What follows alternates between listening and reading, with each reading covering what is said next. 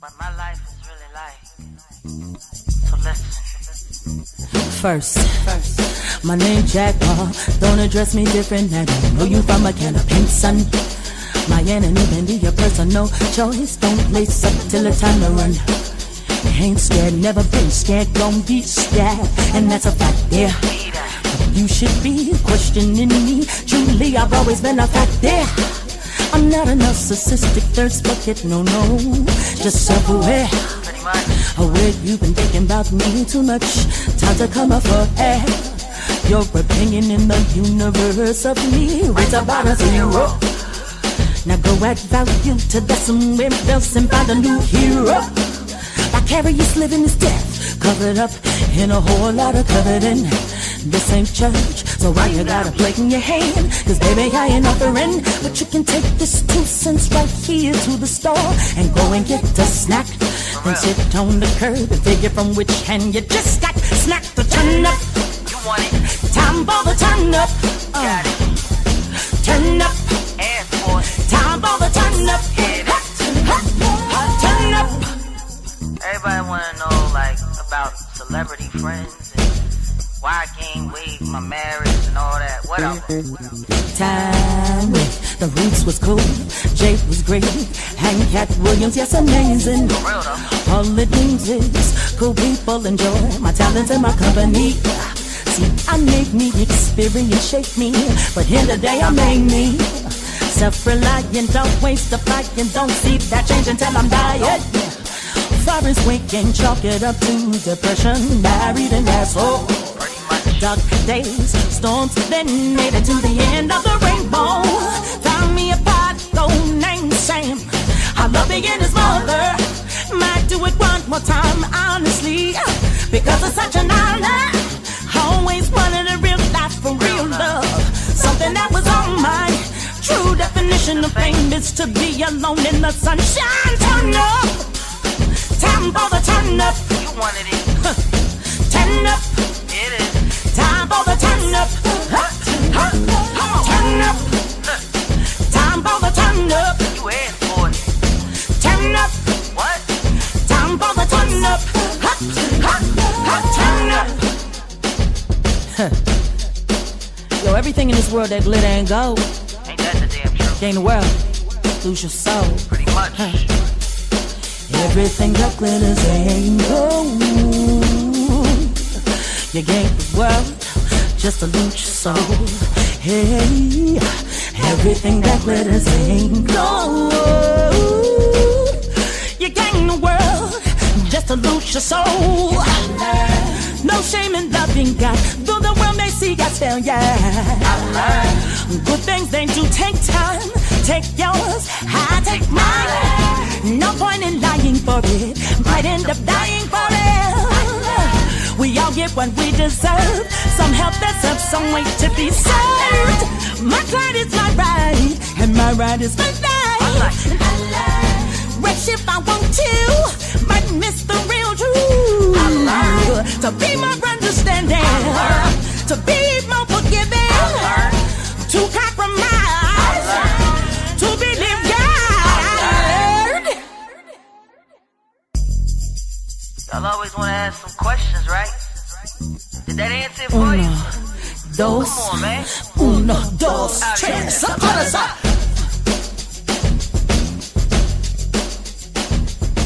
Turn up. You wanted it. Salute, salute, salute, and welcome to the Jaguar Wright Effect.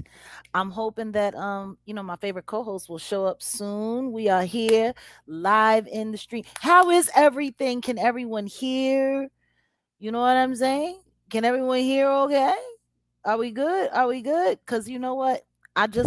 Listen to me. It's the turn up. Y'all already know. For those of y'all who know, you know. You know what I mean? That's the anthem right there. That's the keep it all the way real anthem.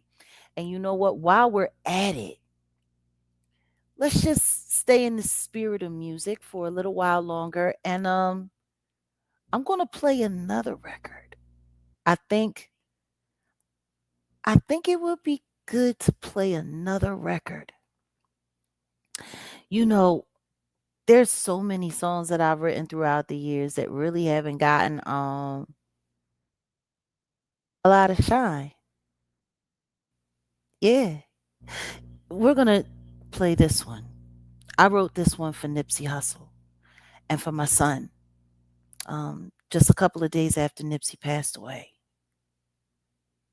So let's get into It's Deep. If you're gonna give it all up, do it for something. If you're gonna give the game up real quick, make sure you do it for something. If you're going to give it all up, then never thought I'd live to see 25. Just to live past it, see my son die. It's 25. Now Nipsey Hussle's gone, his favorite rapper. Less than 1 year and I've lost 2 kings. Monuments to a future so bleak. Do it for something. If you're gonna give the game up real quick, make sure you do it for something. If you're going to give it all up, then everything you kiss, everything you missed, everything you diss, everything you climb for, everything you strive for, everything that you die for, everything that you lied for, everything you cried for. Just make sure in the end it's worth dying for. And make sure it's something. Do it for something. If you're gonna give the game up real quick, make sure you do it for something. If you're going to give it all up, then don't give up. Life's too short. Short give up. Don't give up. Don't give up. Life's too short to cut it short again. Talk to him, miss. Tell him what it is.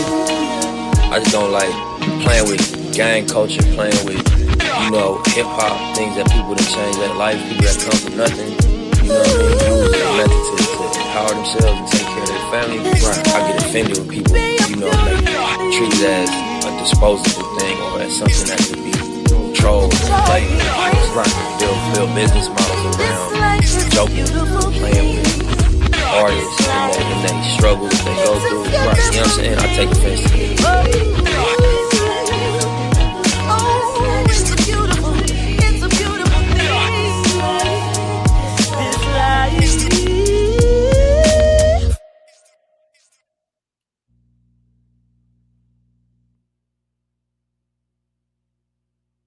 That's my firstborn man child.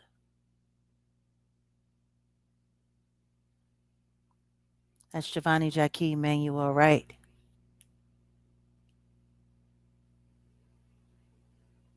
He was my first. Do it for something. Everything that I was doing to leave for him, his brother, and any other child that might be attached to me along the way.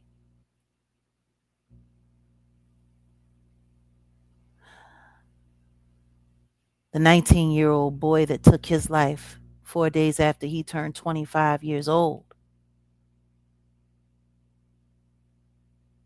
was attached to Yella Beezy and trying to get a Rock Nation contract.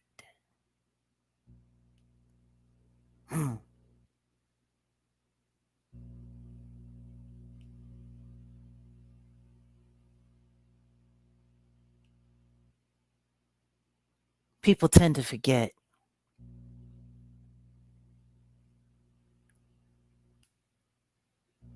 Where it all comes from for me.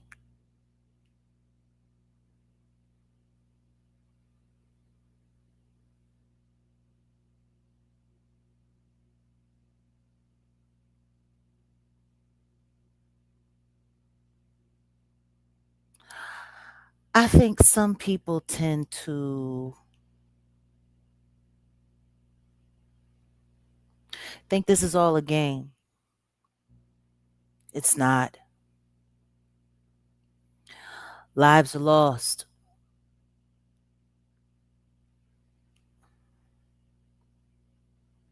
A lot of lives have been lost along the way.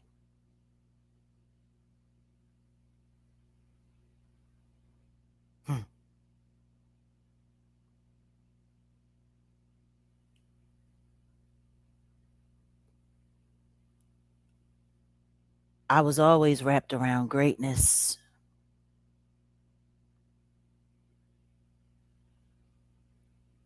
And helped shape a good share of history along the way. Funny thing is while they were all pretending to be whatever they wanted the public to believe, I just was.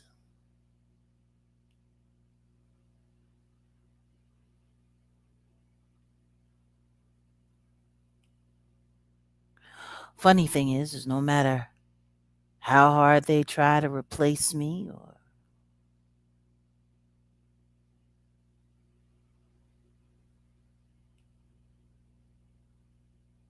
I am. Even if I never release another record, do another tour, sing in front of another live audience ever again, even if none of that ever happens, I am history. And trust me and believe me when I tell you, this ungrateful nigga right here will never forget what and who I am. He has to resort to childlike flexes.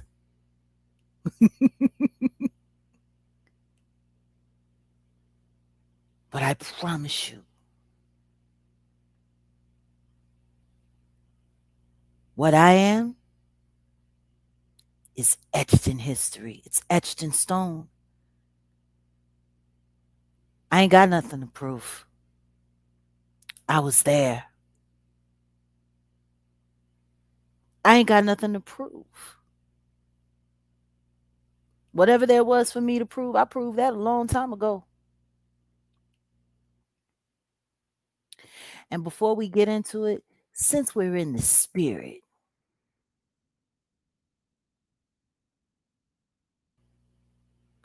let me share a little something more. And then we're going to get me.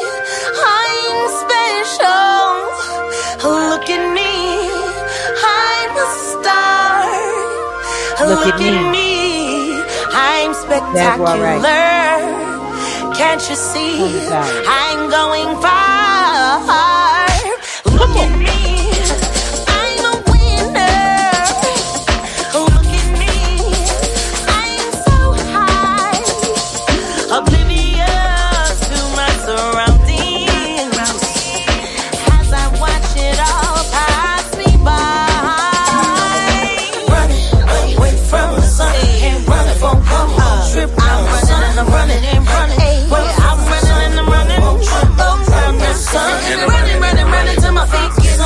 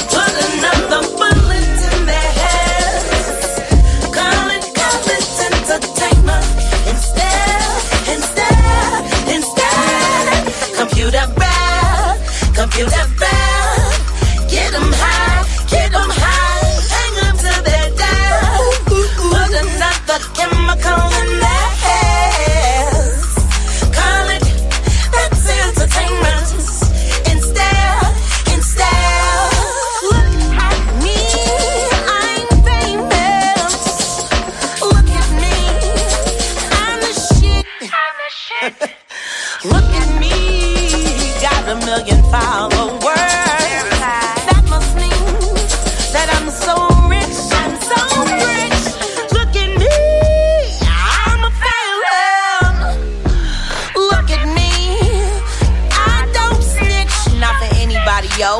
Look at me, I'm a freak.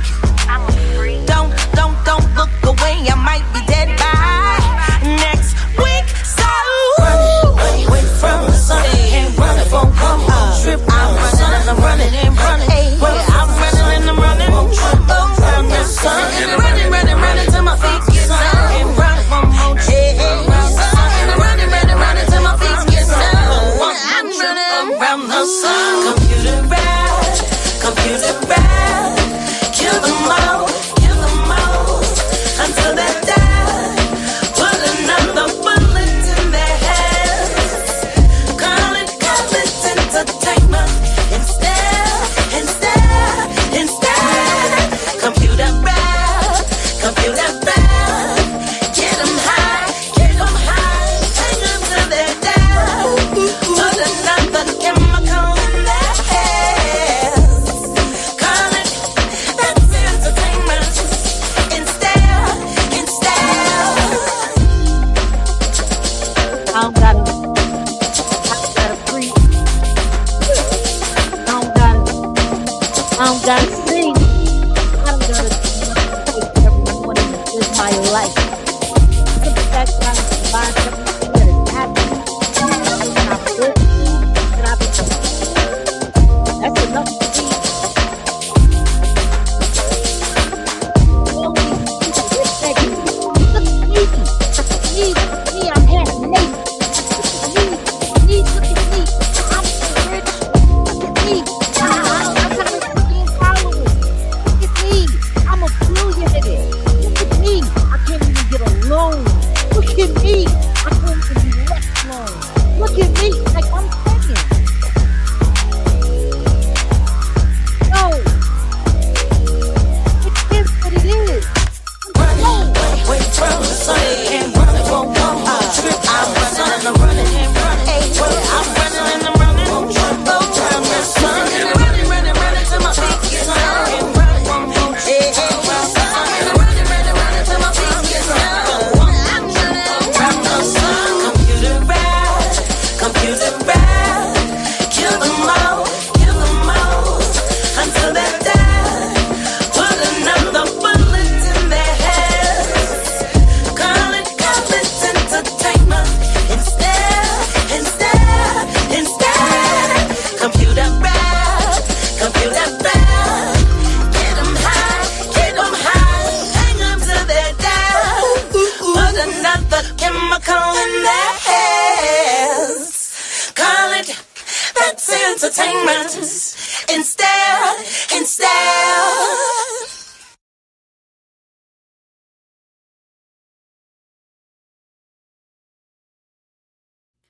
Bruh, I could go all day. I could go all day. I really could. I could go all day. I could play record after record after record. Good. I wanted to. But I tell you what I know. I have nothing but things to be grateful for.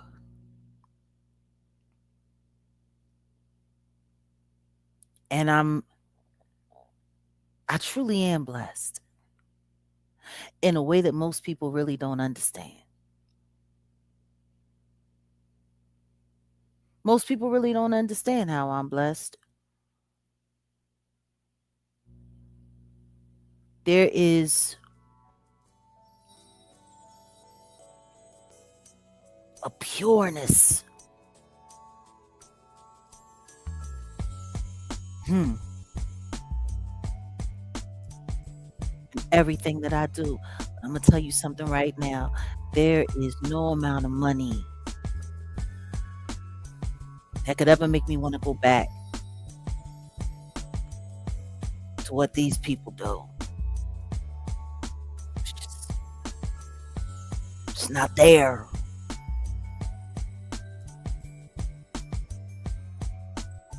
I've lost the desire. Like, to even want to stand next to these people.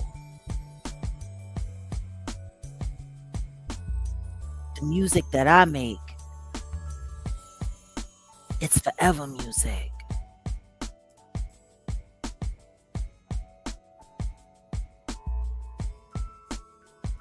know, I'm so cool on it all. And I think that's the part that people really have a hard time understanding about me. I think people like kind of believe that, you know, when you get to that spot, when you get to that space, you're supposed to always be there, or you're never supposed to let it go. I mean, there's so many people in this world that like, they be gagging to be there. And they really just can't imagine the idea of getting there and then not wanting it. And then seeing what it's all for.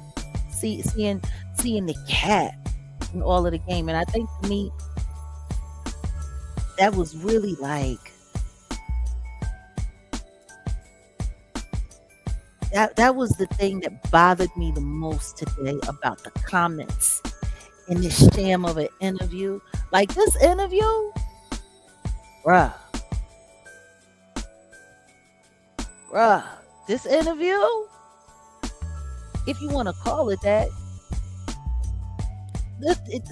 that part. Who is this child?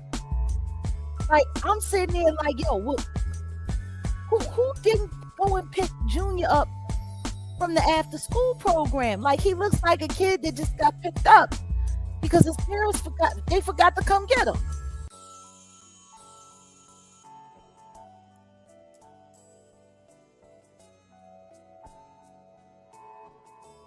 Indeed.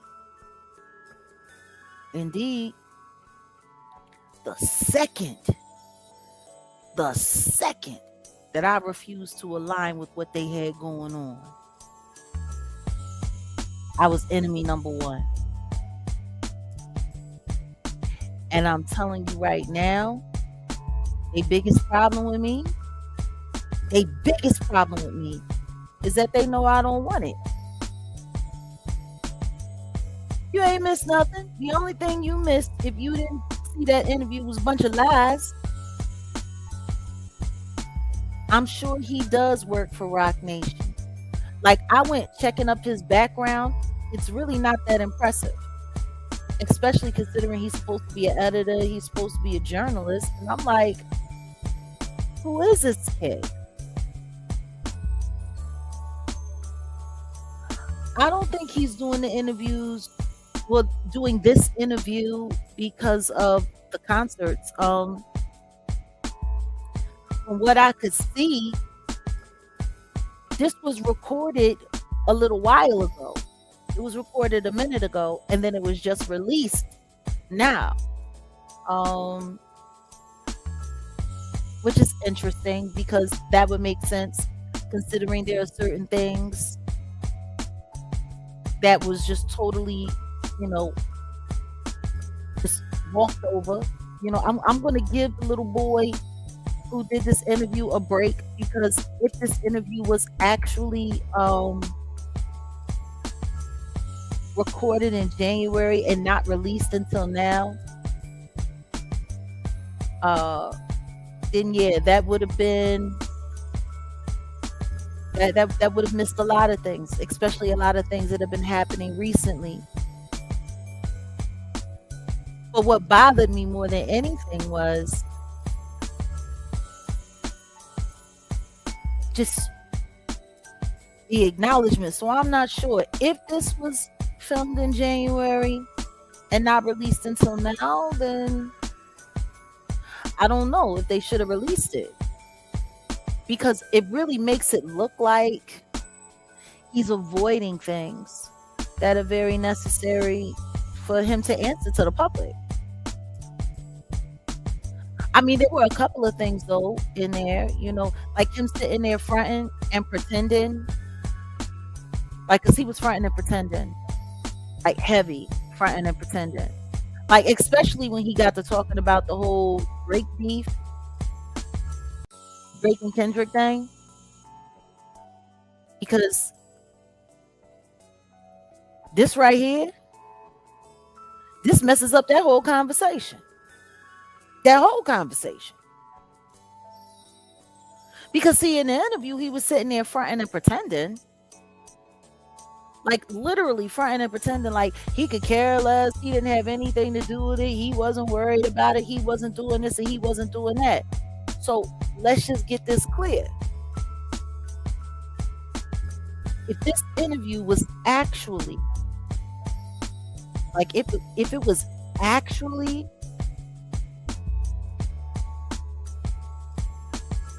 like, ooh, like the more I think about it, the crazier it sounds.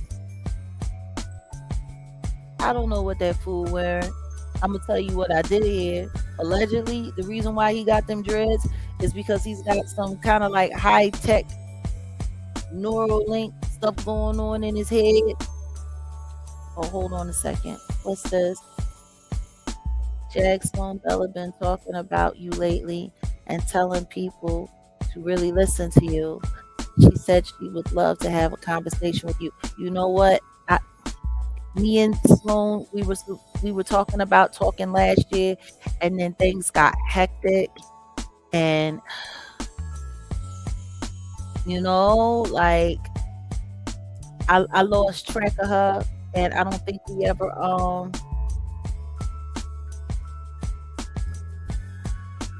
you know, I don't know. I don't know what happened. I don't know if her people ever reached out to us. I don't remember. It's been a while. There's been a lot going on. I mean, I recently spoke with Atwood, and he donated to my GoFundMe, and he posted about it. So you know, salute to him for that. But I can't tell you much about nothing. Like I really haven't been paying attention to nobody. Like really. I'm so busy focusing on the things that I'm focusing on and looking at the things that I'm looking at and doing the things that I'm doing. Like I really I haven't really been paying attention to anybody. So salute to Sloan Bella, and thank you to Sean Atwood. And I guess we're gonna have to try to figure out how to get in touch with her. I don't know. Like I don't like to try to leave people hanging. His sneakers are annoying you.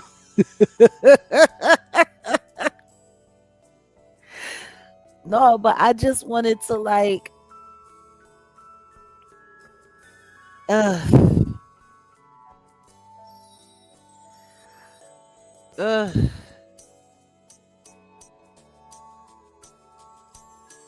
it's just, yeah, like this interview, I don't know, is it just me? This interview really just, I guess it kind of irked my soul to a certain extent, because for me, I like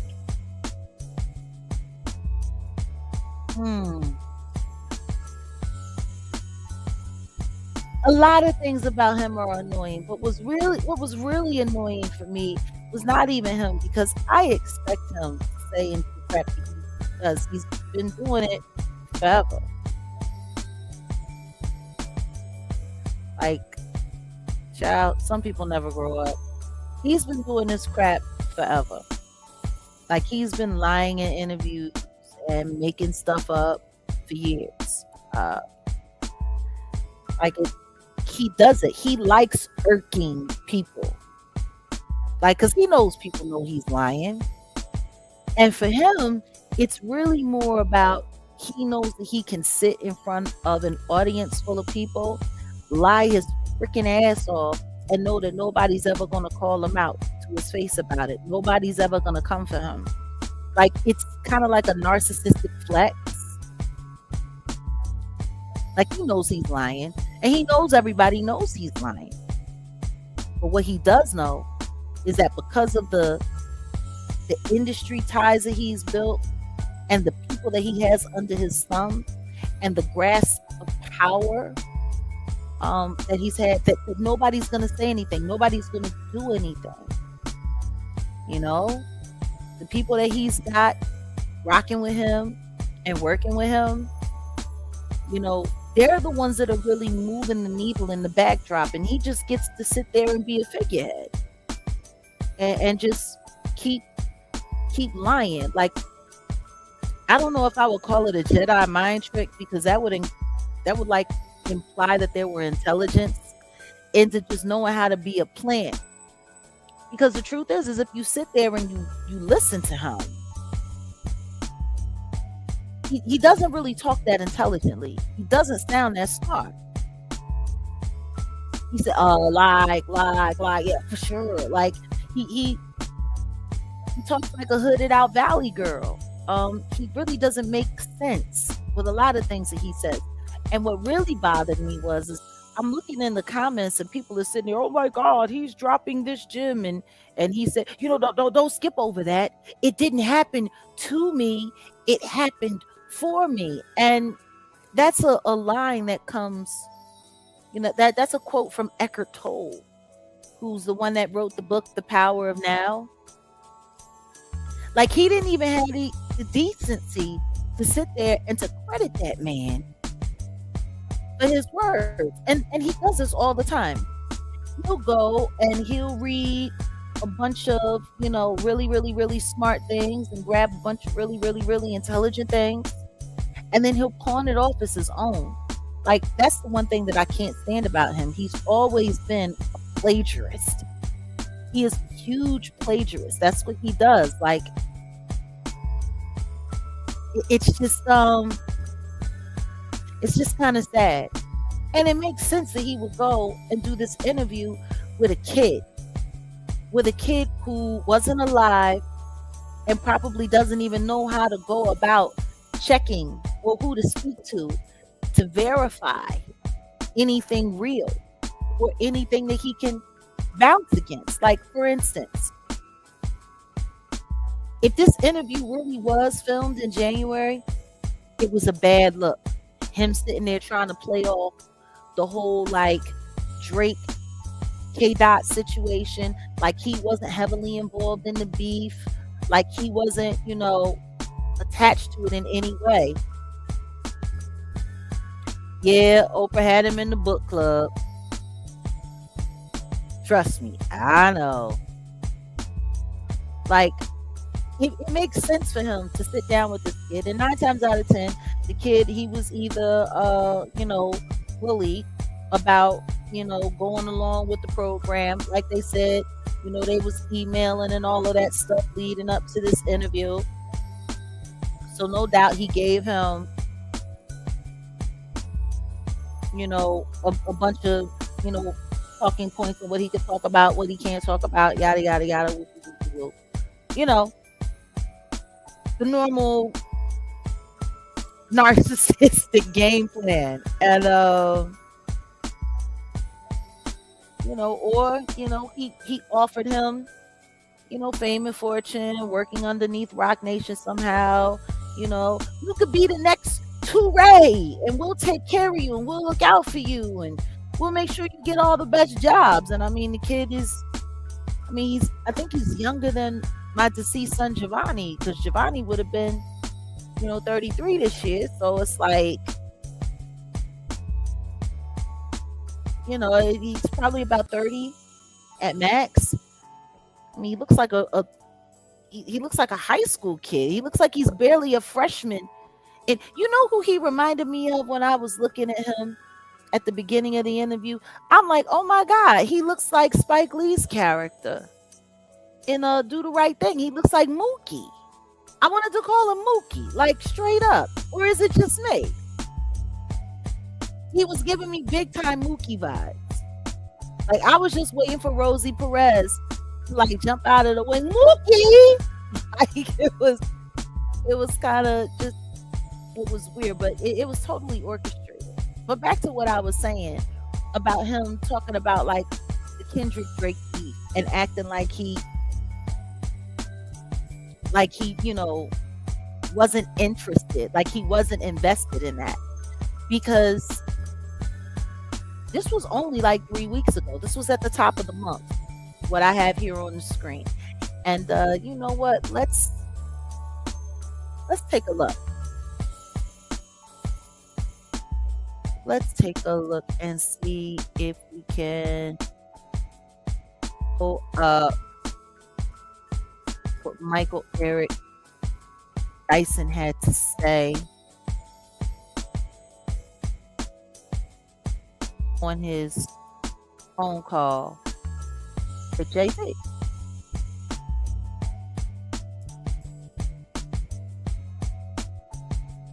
All right, we're not gonna, because I want to make sure we pull up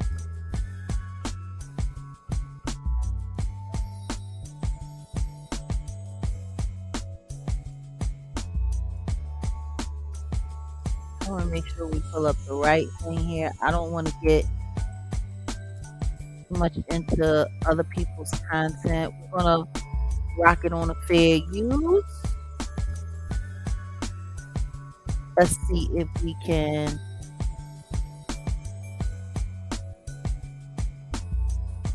what channel is this? Hold on a second. Guys, I'm sorry. I gotta look here. You know, it's just so wild when you look at these Illuminati people, though, because they're all linked into each other, tapped into each other somehow.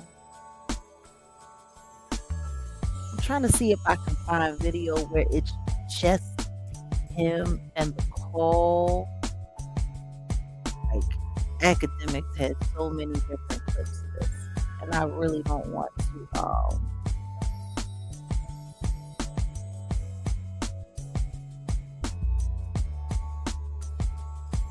oh my goodness. Yeah, it's going to be hard to find because I definitely don't want to use that guy's content. I definitely don't. I had pulled it up before.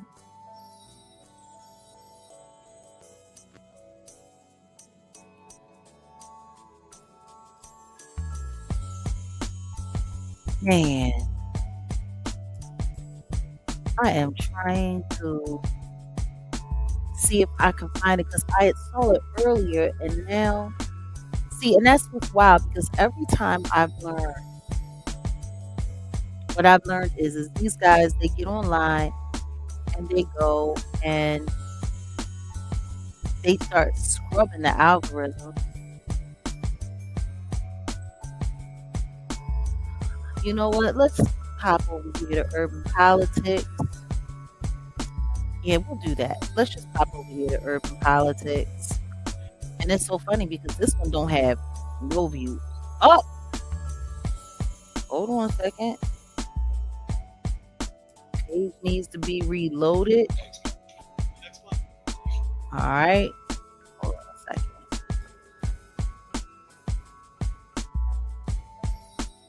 Alright, guys. I think I might have found it.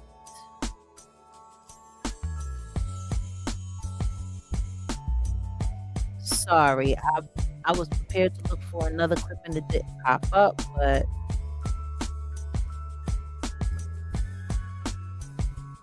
let me clear the screen a little bit. Let me get this down here. I understand this is fair use, and salute to Urban Politics. He's a channel here on YouTube. He's actually affiliated with the fellas over at Real Life. So, under the fair use, doctrine to support commentary and educational and critical purposes, we're going to no thank you. We're going to get into this right quick to see what he thinks. That's why we remain friends, because I ain't out here blabbing. All right, hold on a second. Disagrees with me bitterly. Well, all right, hold on. Because that serious might be a bit more serious than you think. I could be wrong, still be sure. So I don't say it with the kind of arrogance that some of my interlocutors on the internet have suggested. And let me tell you something. A very dear and good friend of mine disagrees with me bitterly.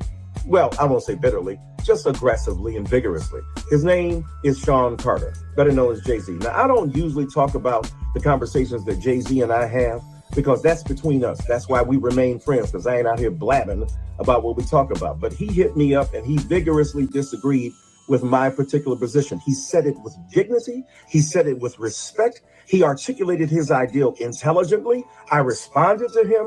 We went back and forth for a minute, and I shared with him my essay, the 3,000 some word essay I wrote in the Philadelphia paper. Okay, pause. Can everybody hear this okay?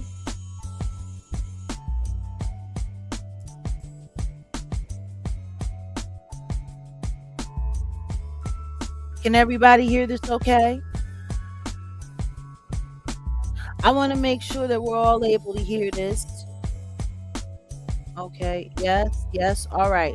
So just to give it a little reference, this is Michael Eric Dyson talking about Jay-Z calling him regarding the whole Kendrick and Drake beef. Now, anybody who paid attention to that interview today, even if it was allegedly filmed in January and not released till now, this happened almost 3 weeks ago. Almost 3 weeks ago. Okay? Now, this is Michael Eric Dyson talking about Jay-Z calling him to go back and forth with him about the Drake and Kendrick beef. And once again, salute to Urban Politicians TV here on YouTube from Houston, Texas boy. Yeah. Like I said, he's down with the real life, but here it is. Jay-Z confronts Michael E. Dyson for lying and exposing his Drake versus Kendrick text apology. Now, I don't know if I agree with the title, but let's listen. And I want y'all to remember, this happened, this interview, or I shouldn't say this interview, this admission, because don't forget, Michael Eric Dyson posted this on X. When I first saw this, it was on X. And everybody snatched it off X and started making content about it right away. Okay? So this was 2 weeks ago, almost 3 weeks ago, this actually happened. Okay? Now, mind you, that would be the beginning of March. So if this interview was actually filmed and recorded in January of this year, this would have happened at least a month and a half after that interview was done. As a scholars to show you that stuff you didn't think was that serious might be a bit more serious than you think. I could be wrong, to be sure. So I don't say it with the kind of arrogance that some of my interlocutors on the internet have suggested. And let me tell you something. A very dear and good friend of mine disagrees with me bitterly. Well, I won't say bitterly, just aggressively and vigorously. His name is Sean Carter, better known as Jay-Z. Now, I don't usually talk about the conversations that Jay-Z and I have because that's between us. That's why we remain friends, because I ain't out here blabbing about what we talk about. But he hit me up and he vigorously disagreed with my particular position. He said it with dignity. He said it with respect. He articulated his ideal intelligently. I responded to him. We went back and forth for a minute, and I shared with him my essay, the 3,000 some word essay I wrote in the Philadelphia paper, where I break down what's going on between Kendrick and Drake. And he pause.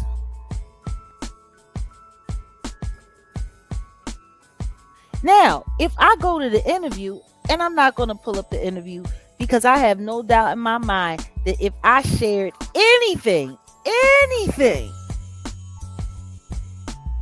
he's very happy to be Jay-Z friend, ain't he, baby? He's so happy to be Jay-Z friend. He's so happy. No, but seriously, if I go and pull up the transcripts, and I'm finna do that right now. I'm finna pull up these transcripts because I want to make sure that everybody says, oh my goodness, hey Grumpy Knuckles. Hey baby girl, sending you all the love the Most High has given me. I appreciate your courage and love for our intelligence. I hear you. Salute, bro. Long time. It's been a minute. And I did get your number, and I will be reaching out soon.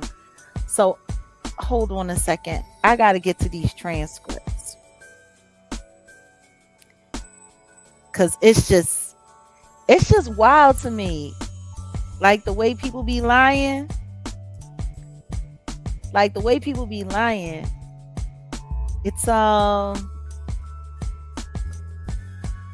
It's kind of nuts.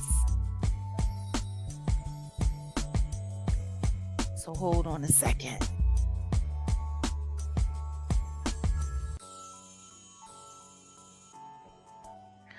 Okay, so he puts here, wait a minute. How much further do I need to go back?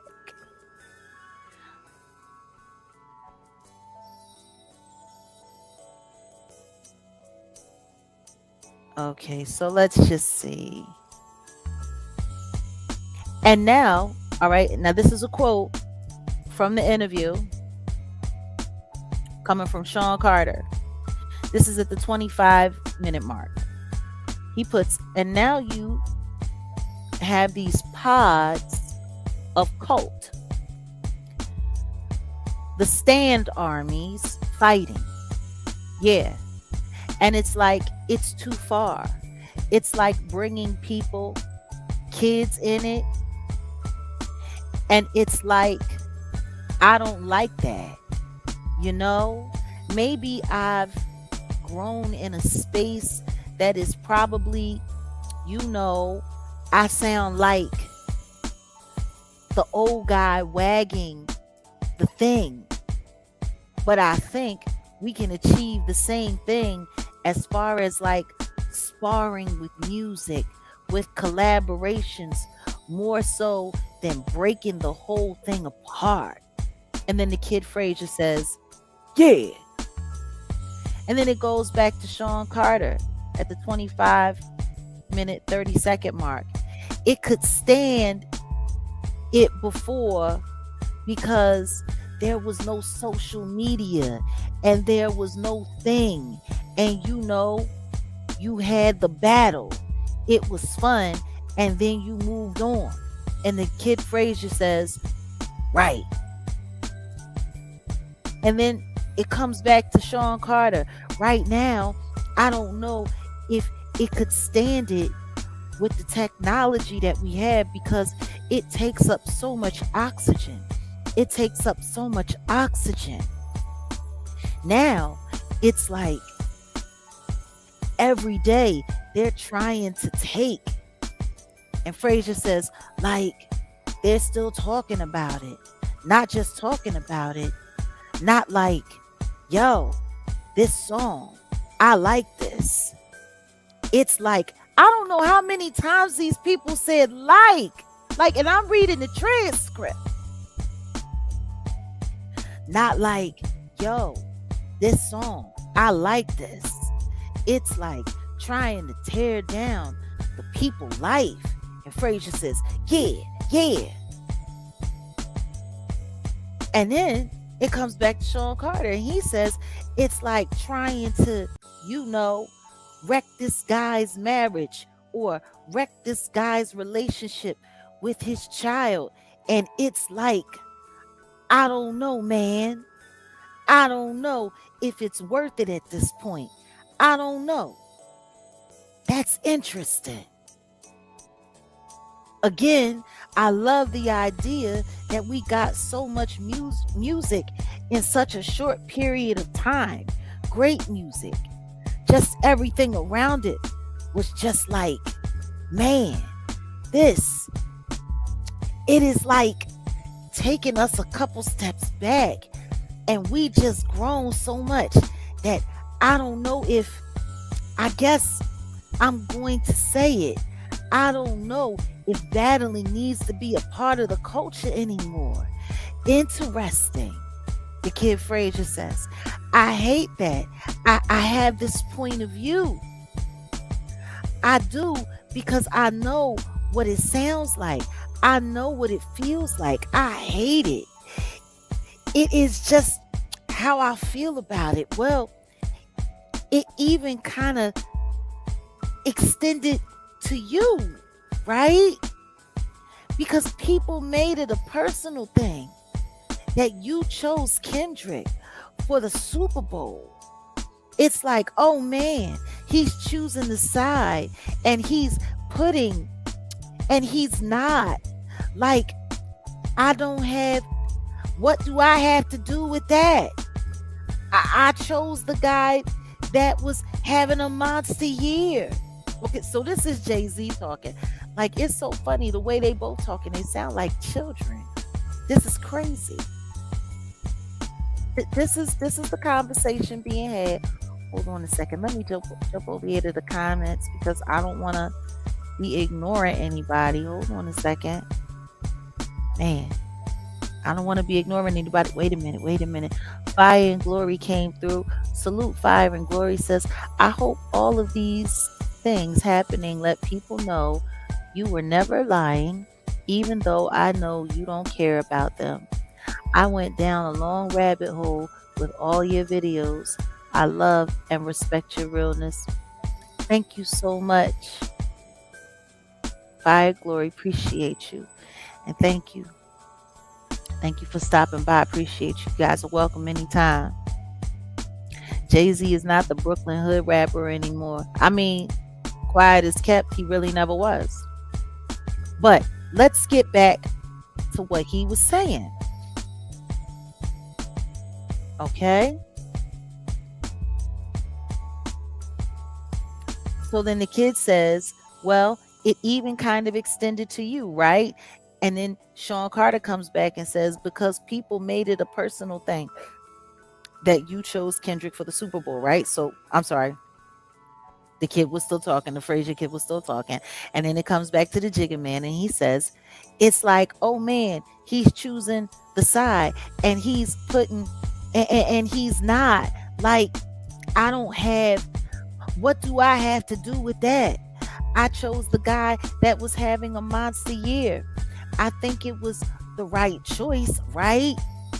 It wasn't in some sort of allegiance or alliance to the battle, you know.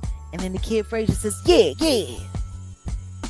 What I care, here comes the Jigga Man. What I care about them two guys battling, like, what's that got to do with me? And then Frazier says, word.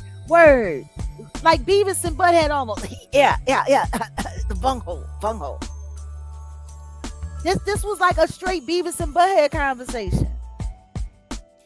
And then it comes back to, you know, the Jigga Man again, say, have at it, have fun. It's almost like not on me, just by the way, that they drag everybody in there. Like, everyone's part of this conspiracy to undermine Drake, I guess. But like, what the fuck? Like, what? I'm effing Jay-Z. All due respect to him. I'm effing old dude, respectfully. And they said old dude because he was like, I'm effing HOV. I don't call him HOV. I don't. The only HOV I know is the high occupancy lane on the highways. That's it. He ain't nobody's God. He ain't never gonna be nobody's God. Okay, so this is what he's saying in this interview, right? He don't care. He doesn't have anything to do with it. None of this matters to him. This is what he's saying in this interview. So understand, please, let's not even get started with I'm a young man from the streets. Let's not, at pushing 60, we're not going to get started. Okay? That's about it. That's about it right there. He the baby, Lord and Savior. That's about it. So let's understand this. If this interview was actually, if this was actually done in January, like people are alluding to, this was all filmed and recorded in January and not released till now. That makes this Eric Dyson moment, like that makes this extremely telling. Oh, hold on a second. I know it was a terrible interview. I thought so too. Wait a minute. Grumpy Knuckles coming through. Salute. Says, y'all don't understand that Jag always been telling the truth. The scales need to be lifted. None of these guys have ever been smart. Chosen by Baal. Ooh, that part. That part. So I just want to make sure everybody's with me here. Okay? I'm reading from this interview that was allegedly filmed and done in January. This Eric Dyson conversation happened in March. So after everything that I just read you, what did he say? What do I care? Have at it. I chose Kendrick because he was having a monster year. Nothing more than that. What do I care about them two guys battling? Like, what's that got to do with me? This is what he said. So now let's listen to the phone call again. And you think, I could be wrong, still be sure. So I don't say it with the kind of arrogance that some of my interlocutors on the internet have suggested. And let me tell you something. A very dear and good friend of mine disagrees with me bitterly. Well, I won't say bitterly, just aggressively and vigorously. His name is Sean Carter, better known as Jay-Z. Now, I don't usually talk about the conversations that Jay-Z and I have because that's between us. That's why we remain friends, because I ain't out here blabbing about what we talk about. But he hit me up and he vigorously disagreed with my particular position. He said it with dignity. He said it with respect. He articulated his ideal intelligently. I responded to him. We went back and forth for a minute, and I shared with him my essay, the 3,000 some word essay I wrote in the Philadelphia paper, where I break down what's going on between Kendrick and Drake. And he was respectful. What I love about Jay is that he's not arrogant, and he's got more reason to be arrogant than anybody we talking to, including myself, on this darn internet and yet in social media. A few moments later. I remember once when Kanye posted publicly a text exchange between us that was private, and I was hurt by that. And I'm thinking about that because I've done the same thing to Jay-Z. No, I didn't publicly post a text, but I talked about a private exchange between us that should have remained between us as it has for the last 20 some odd years. So I want to apologize to him here. Why am I doing it here and not to him directly? Because the old black people said, where you get it is where you get it. Where you messed up is where you fess up. And that's what I'm doing. What was his main disagreement? Look, first of all, it wasn't a call. It was a text. That's what we do. We text about geopolitics. We text about The Godfather and a myriad of topics. That is what our habit is. His main disagreement, when I compared Kendrick in his line, Not Like Us, to Trump in his trying to distinguish himself from others who weren't on the same level. And Jay-Z said basically that was a faulty kind of comparison. One is a rapper, the other is a far more sinister force. And he said, this is what rappers do. They look at the vulnerable. Pause. Is anybody following me? Is anybody following me? He looks stressed out of his mind giving his apology. Are y'all following me? Because I'm taking y'all for a little stroll and I'm giving you context.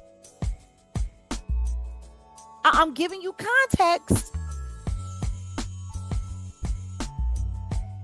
If they're actually correct and this interview was filmed in January, that would have been at least 6 weeks before this back and forth that he had with Michael Eric Dyson, which means he knew this interview was coming. He knew this interview was going to be made public with him sitting there fronting and acting like he ain't care nothing about the beef, like he wasn't never trying to take Drake down, like he wasn't trying to do this, like he, come on. Come on. Let's get to it. He knew in January that he was selling this rubbish on this big interview that was supposed to come out and whitewash everything and make it look like, oh no, I didn't do this. And the whoop-de-whoop-de-woo. And I didn't do that. And the whoop-de-whoop-de-woo. I never cared. What do I care about a bunch of rappers? All I did was try to give the culture a platform in front of a national space because these rappers, they needed it. What do I care if they're going back and forth? What do I don't care anything about that, but that's not what it sounds like here coming out of the mouth of his so-called friend, does it? Because see, Michael Eric Dyson started running his mouth about this whole situation 2.5, 3 weeks before this interview hit, which would kind of make sense at why the Jigga Man would come at his neck and make him do an about face and a turnaround and make a whole public apology. Because see, in the interview, he was sitting there pretending like he didn't care nothing about this beef. He didn't care nothing about this, but that's not what this man said. Oh, and by the way, Michael Eric Dyson, it doesn't matter if y'all had the conversation over the phone or if it only happened via text. You was in communication with the man. Now, unless you gonna sit up here and tell us, sir, that you was capping about the whole situation and that you just use your so-called friend who you say you never use for clout online. Like, unless you're going to come back and say you made that whole situation up, it doesn't matter whether or not it was over the telephone and he called you or y'all was just texting back and forth about geopolitics and all of that shit. It doesn't matter, sir. It does not change what you had to say, what you were so proud to say about you and your friend, Jigga Man. Stuff you didn't think was that serious might be a bit more serious than you think. I could be wrong, still be sure. So I don't say it with the kind of arrogance that some of my interlocutors on the internet have suggested. And let me tell you something. A very dear and good friend of mine disagrees with me. Pause. This is what I love. He had to use my interlocutors on the internet. Like, I love it when goofy bros, when goofy black dudes, especially the ones that are supposed to be like super, like I put him in the same kind of big dummy with an expense account. Like he reminds me of Stephen A. Smith. Like, they want to prove that they so smart that they oftentimes say things that are just really, really, really dumb. But I just want y'all to watch like the sunrise and the sunset of his whole exposing his communications with his very, very, very good friend Jay-Z. Because he was very excited. Like, as you see, he starts off very cocky. Let's just take it from the top. Rewind. Because the scholars to show you that stuff you didn't think was that serious might be a bit more serious than you think. I could be wrong, still be sure. So I don't say it with the kind of arrogance that some of my interlocutors on the internet have suggested. And let me tell you something. A very dear and good friend of mine disagrees with me bitterly. Well, I won't say bitterly, just aggressively and vigorously. His name is Sean Carter, better known as Jay-Z. Now, I don't usually talk about the conversations that Jay-Z and I have because that's between us. That's why we remain friends, because I ain't out here blabbing about what we talk about. But he hit me up and he vigorously... But that's exactly what you just did. You was blabbing. And wait a minute. What was it he said? He said it was the way he said it. Because he started with one word in particular.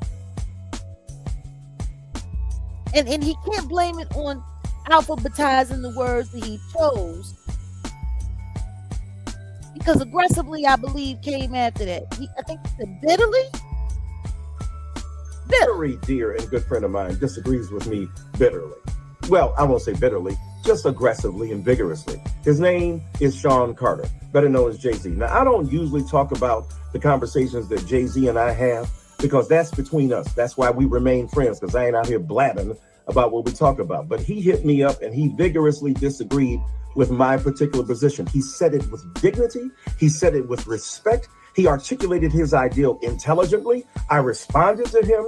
We went back and forth for a minute, and I shared with him my essay, the 3,000 some word essay I wrote in the Philadelphia paper, where I break down what's going on between Kendrick and Drake. And he was respectful. What I love about Jay is that he's not arrogant, and he's got more reason to be arrogant than anybody we talking to, including myself, on this darn internet. And yet in social media. A few moments later. I remember once when Kanye posted publicly a text exchange between us that was private, and I was hurt by that. And I'm thinking about that because I've done the same thing to Jay-Z. No, I didn't publicly post a text, but I talked about a private exchange between us that should have remained between us as it has for the last 20 some odd years. So I want to apologize to him here. Why am I doing it here and not to him directly? Because the old black people said, where you get it is where you get it. Where you messed up is where you fess up. And that's what I'm doing. What was his main disagreement? Look, first of all, it wasn't a call. It was a text. That's what we do. We text about geopolitics. We text about The Godfather and a myriad of topics. That is what our habit is. His main disagreement, when I compared Kendrick in his line, Not Like Us, to Trump in his trying to distinguish himself from others who weren't on the same level. And Jay-Z said basically that was a faulty kind of comparison. One is a rapper, the other is a far more sinister force. And he said, this is what rappers do. They look at the vulnerabilities of and insecurities of their opponent and they exploit them. Why would he know that? Because he conducted one of the most famous rap battles in the history of the art form. And so I mischaracterized him. He said, it ain't that serious. He wasn't vigorously disagreeing with me. It's not like he called me and said that. And even on the text, he literally said, it's not that serious. So I want to apologize to him. And the reason I clarified my position in the first place is because he made that distinction between Trump and Kendrick. Wow. Okay, guys, I just want to oh honey, not 3,000 word essay, 30,000 word essay. I just want to conduct a little polsy-wolsy here.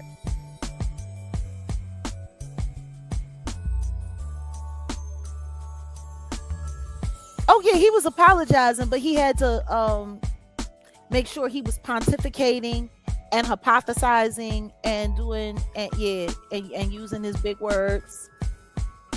Okay.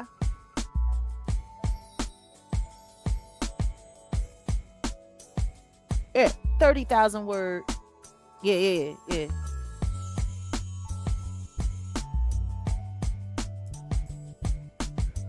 So I just want to take a quick poll. I want to ask everybody right quick. Damage control upon damage control upon damage control upon damage control.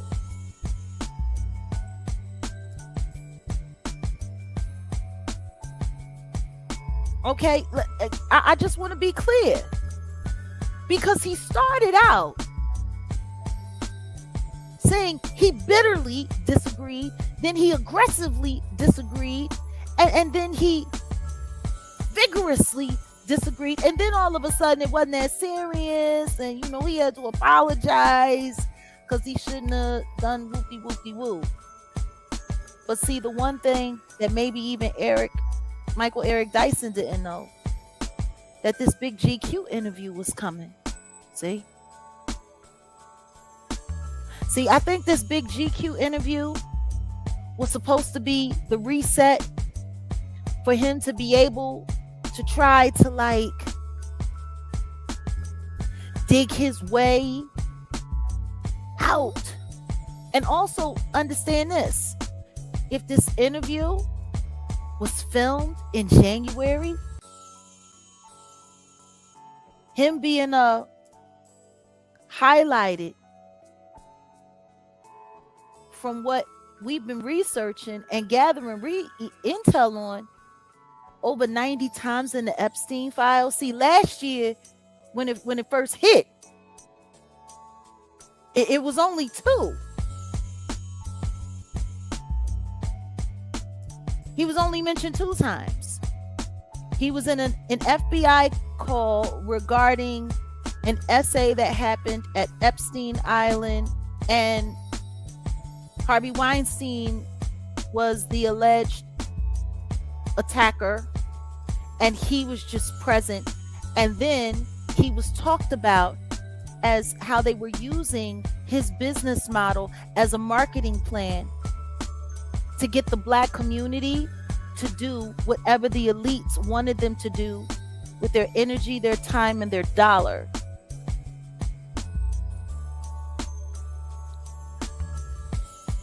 But fast forward, after I guess this interview was filmed, his name popped up a lot more. And not only did his name pop up a lot more, Rihanna's name popped up on the call logs, on Jeffrey Epstein's call logs, with more than one phone number there. And as we all know, Rihanna is a Rock Nation artist, and she was initially brought into the music industry and signed by the Jigga Man when she was 15 years old at Def Jam at Def Jam Records.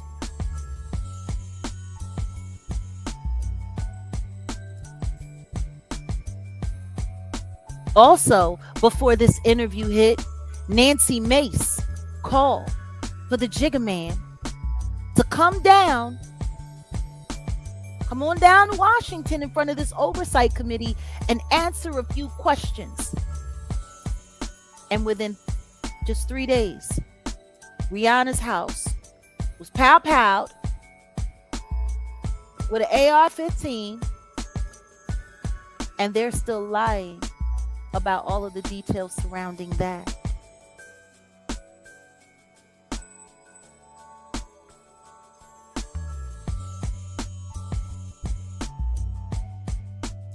Yes, this live will be saved, but I want you guys to understand what I'm saying. This interview that he was supposed to be doing with Lil Mookie from the block over there at the GQ land was supposed to be cleaning up a lot of things.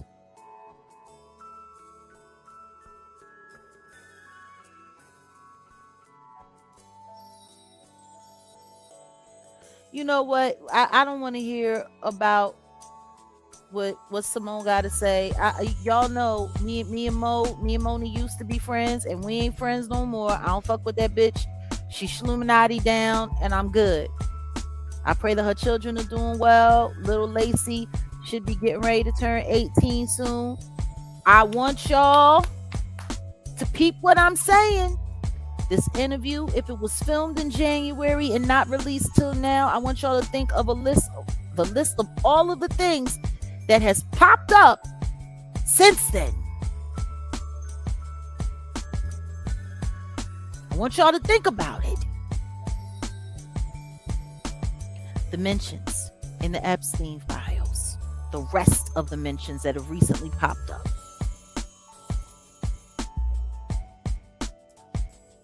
Rihanna's name being attached, him being called to have to answer questions, and this back and forth between him and his very, very, very good friends. Actually, no, Tom, I don't think it's that at all. I don't think Onika had anything to do. And I want to make that very clear. I do not believe that Onika had anything to do with what happened to Riri's house. Matter of fact, I bet you dollars to donuts, in my opinion, and this is all speculatory and just my opinion, backed by my First Amendment right, and we're going to say it's alleged. But I wouldn't be surprised if Rihanna actually knew what was about to happen to her house.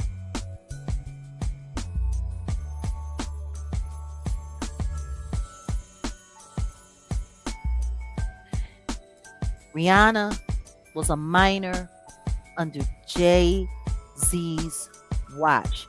She was his artist. She was signed to him. Her name was on the Epstein files. And guess what?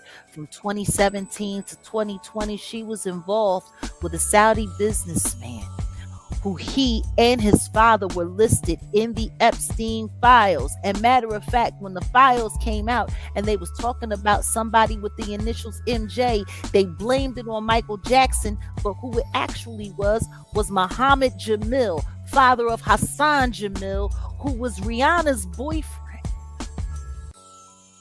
And he was also involved and had involvement with Naomi Campbell.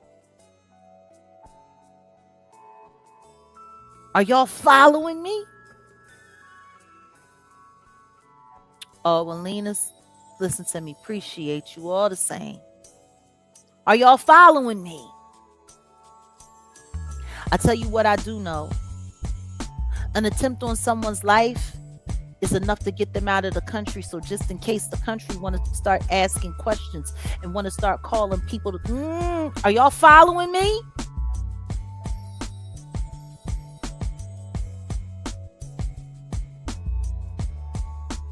Are y'all following me?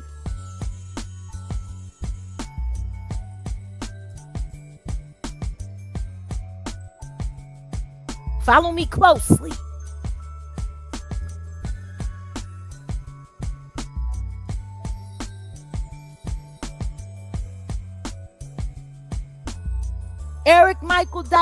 Michael Eric Dyson had no idea when he started running his mouth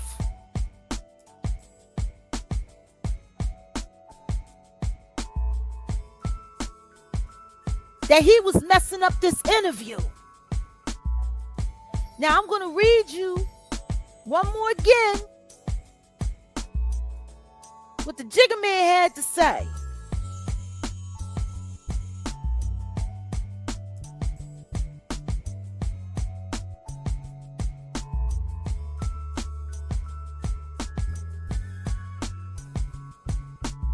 He's sitting here trying to sound like he actually gave a damn. We'll just pick it up from here. It could stand it before because there was no social media and there was no thing. And you know, you had the battle. It was fun. And then you moved on. And Frazier says, right now, I don't know if it could stand it with the technology that we have because it takes up so much oxygen. It takes up so much oxygen. Now, it's just like every day, they're just trying to take, and then Frazier interrupts and says, like they're still talking about it. Not just talking about it, not like, yo, this song, I like this. It's like trying to tear down the people and trying to tear down the people's life. And Frazier's like, yeah. It's like trying to know, wreck this guy's marriage or wreck this guy's relationship with his child. And it's like, I don't know, man. I don't know if it's worth it at this point. I don't know. That's interesting, Frazier says. Again, I love the idea that we got so much music in such a short period of time. Great music. Just everything around it was just like, man, it's like taking a couple steps back and we've just grown so much that I don't know if I guess I'm going to say I don't know if battling needs to be a part of the culture anymore. Interesting. I hate that I had this point of view. I do, because I know what it sounds like. I know what it feels like. I hate it. It is just how I feel about it. Well, even if, well, it even kind of extended to you, right? That's what the Frazier kid says. Because people made this a personal thing that you chose Kendrick for the Super Bowl. It's like, oh man, he's choosing the side, and he's putting, and he's not like, I don't have, what do I have to do with that? I chose the guy that was having a monster year. I think it was the right choice, right? It wasn't in some sort of alliance to a battle, Frazier, yeah. Jay-Z, what do I care about them two battling? Like, what does that got to do with me? Frazier, word. Jay-Z, have at it, have fun. It's almost like, not on just me, by the way, they drag everybody in there. Like, everyone's a part of this conspiracy to undermine Drake. I guess, but like, what the fuck? Like what? I'm effing Jay-Z. All due respect, but I'm the HOV, dude, respectfully.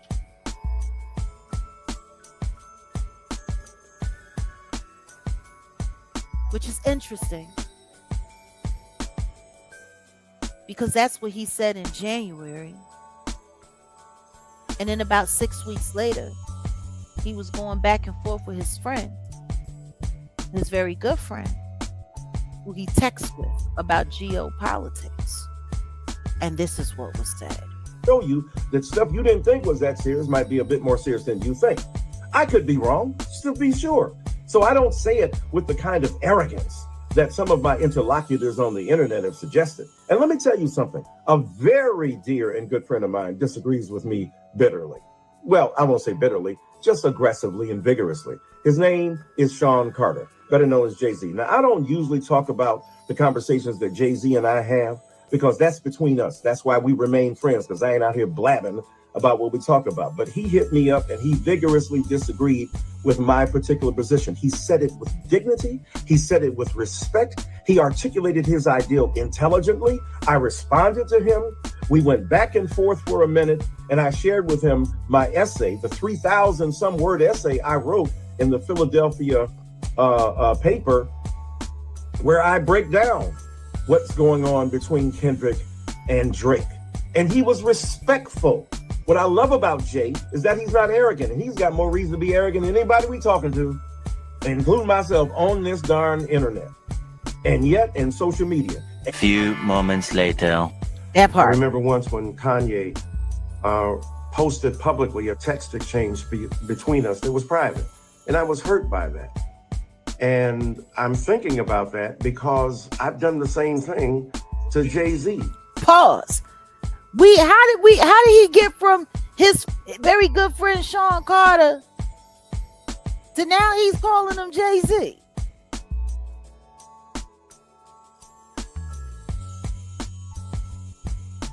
And it's wild because he's sitting there talking about Kanye. Notice what he used. I remember once upon a time, like Kanye, the biggest, screw up, as they would consider in all of hip hop. And so now he's, laying down and comparing it. Like, I want y'all to just pay attention. This dude is something else. He's something else. On this darn internet, and yet in social media. A few moments later. I remember once when Kanye posted publicly a text exchange between us that was private, and I was hurt by that. And I'm thinking about that because I've done the same thing to Jay-Z. No, I didn't publicly post the text, but I talked about a private exchange between us that should have remained between us as it has for the last 20 some odd years. So I want to apologize to him here. Why am I doing it here and not to him directly? Because the old black people said, where you did it is where you get it. Where you messed up is where you fess up. And that's what I'm doing. What was his main disagreement? Look, first of all, it wasn't a call. It was a text. That's what we do. We text about geopolitics. We text about The Godfather and a myriad of topics. That is what our habit is. His main disagreement, when I compared Kendrick in his line, Not Like Us, to Trump in his trying to distinguish himself from others who weren't on the same level. And Jay-Z said basically that was a faulty kind of comparison. One is a rapper, the other is a far more sinister force. And he said, this is what rappers do. They look at the vulnerabilities of and insecurities of their opponent and they exploit them. Why would he know that? Because he conducted one of the most famous rap battles in the history of the art form. And so I mischaracterized him. He said, it ain't that serious. He wasn't vigorously disagreeing with me. It's not like he called me and said that. And even on the text, he literally said, it's not that serious. So I want to apologize to him. And the reason I clarified my position in the first place is because he made that distinction between Trump and Kendrick that I wanted to make clear that I completely understood and did not intend. So God bless you all on this morning. Rest in peace, Reverend Jesse Jackson. Jay-Z, my sincerest apologies. Much love to you, my dear brother. Yo, yo, yo. And salute to Urban Politicians TV. I don't know. Did you not? Did you not see how nervous that man looked?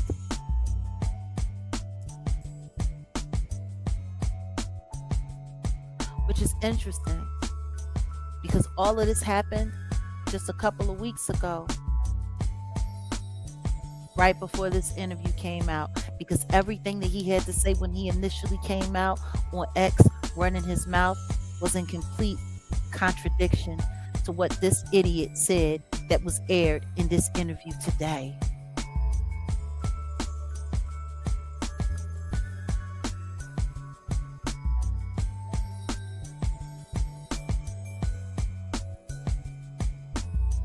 We didn't realize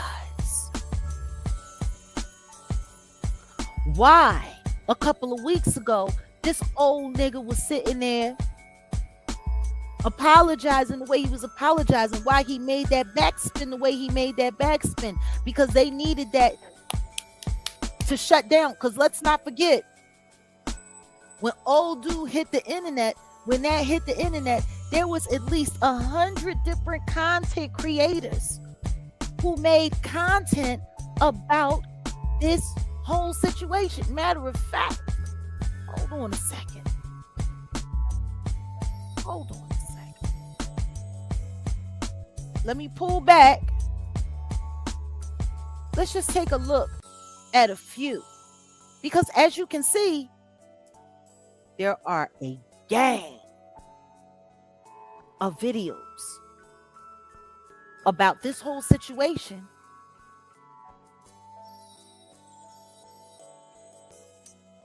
And it got views all over the place, which is wild. Because this video from Urban Politicians has been out for 2 weeks and it ain't got no views, which is wild. I wonder why this video that we just shared got no views. Why did it get no views? Maybe because it had both of this very, very, very sad social media transaction. And it could prove exactly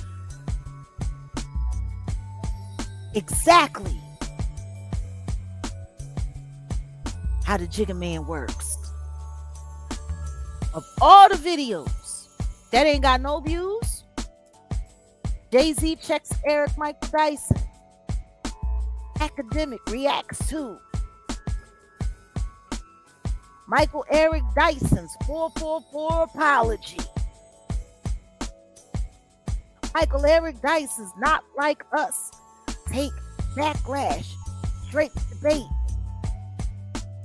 Glasses exposes Michael Eric Dyson apology. Dr. Michael Eric, like, are y'all seeing? Punk got that call. Academics reacts to Michael Eric Dyson folding after his previous Drake and K-Dot. Do y'all see this? All these videos? Look at that face. As the Jews would say, look at that punum. Look at that punum.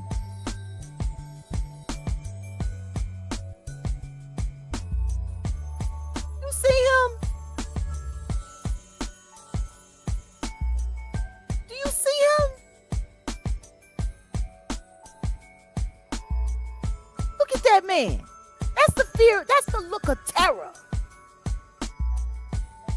That's straight fear.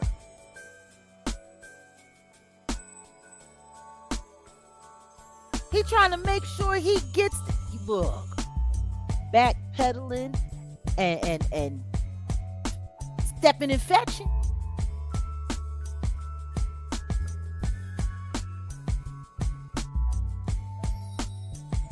Look at how scared he was.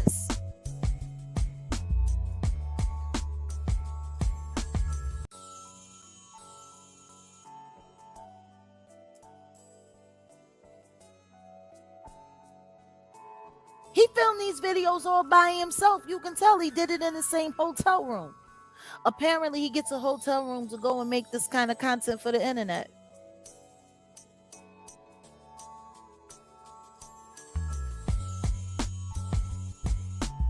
Do y'all see how many videos was made?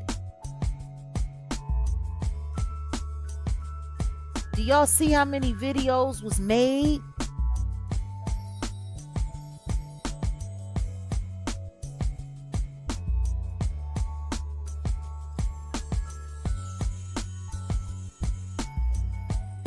Now, I want y'all to think about this.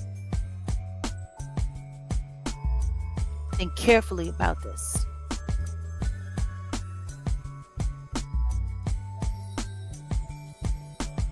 This entire situation totally screwed up what was coming in this interview. Matter of fact, let's take a little poll, shall we? Put a 1 in the chat if y'all think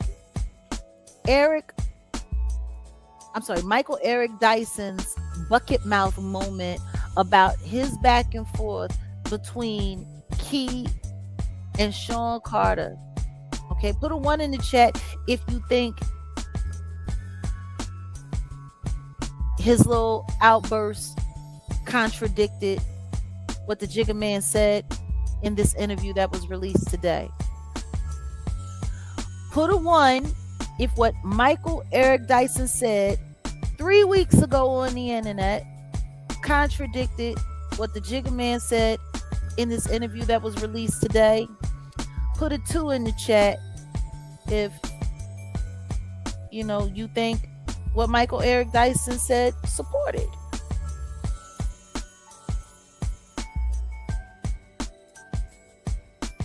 What the Jigga Man said to them. Okay, we got ones. We got ones. We won in it. We won in it. We won in it. Okay. One. One. One.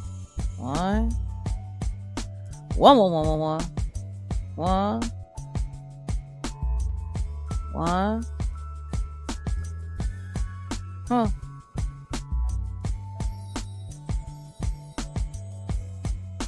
It's kind of wild because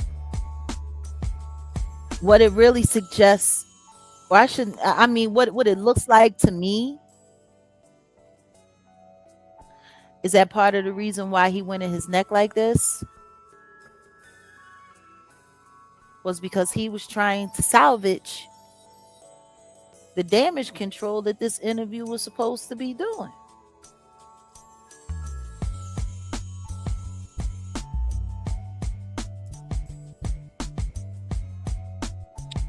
So yeah, I mean,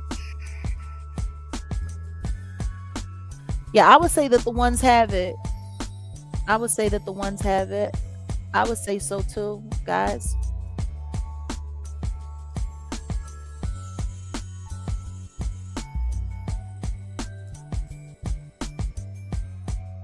And see, that's what I love about the way that our creator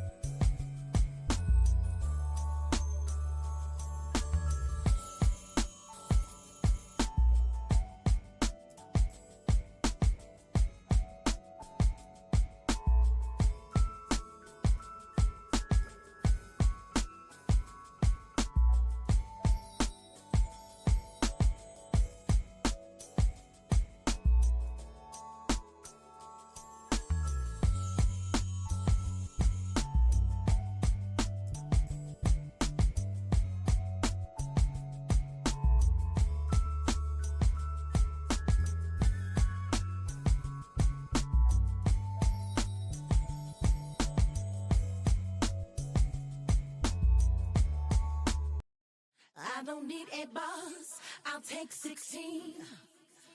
I don't need a line, I'll write the theme.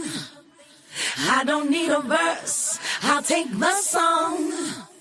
All I need is one mic. Yo, niggas lukewarm, I'm hotter than Tucson. Big black Yukon, cut out like a coupon.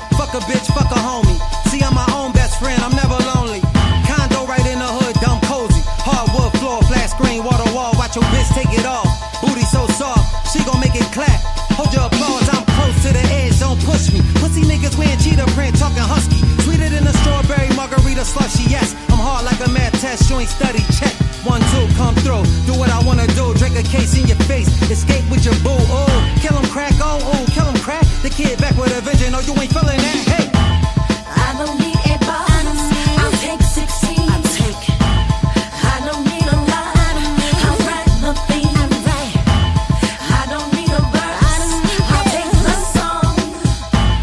All I need is one mic and we can rock it all night long. Long. We can rock it all night long. Long. We can rock it all Man, call me the best that ever did it. Just started. I ain't finished. My character so authentic. I said it because I'm in it. Don't like it, don't give a shit. If fuck all of y'all can get it in an hour or second of Philadelphia minute. TikTok, run a clock. No, I will not stop. Your baby pop on my job, try and get some cop. Talking about where he gon' cop. Prada sneaks in a little watch. Fuck that. I need property. Wall Street stock. Dow Jones in my NASDAQ bag, and I ain't ever got to take that back. You ain't getting no chicken. I don't know about that. So don't you ever call my jack. I'm a beast. You a rat. I'm a lion. You a cat. I don't bang with y'all frauds. Ain't no hugs and no daps. I just chuck 'em, throw the pointer finger up, then the middle one. Shoot these little candy ass rappers up like Skittle gum. Jay. I don't need a boss, I'll take 16. I don't need a lot, I'll write nothing. I don't need a verse, I'll take the song. All I need is one mic and we can rock it all night long. Long. We can rock it all night long. I can't believe they got us in one room. We can rock it all. Nigga blow the exotic and go for dolo. Right now I get it iron, it's patriotic. Call me Ocho, used to move blow on the low, but everything ain't what it seem though. See, on the game so-so, move with the so-side persona. Send your ass a lullaby, still drive by wave high. Like a motherfucker run with government, nigga respect my covenant. A nigga watch for the cover up. Look, I've been down too long, so one way or another I'm coming up. Right now I'm setting up, I done seen suffer. White rice and malt liquor.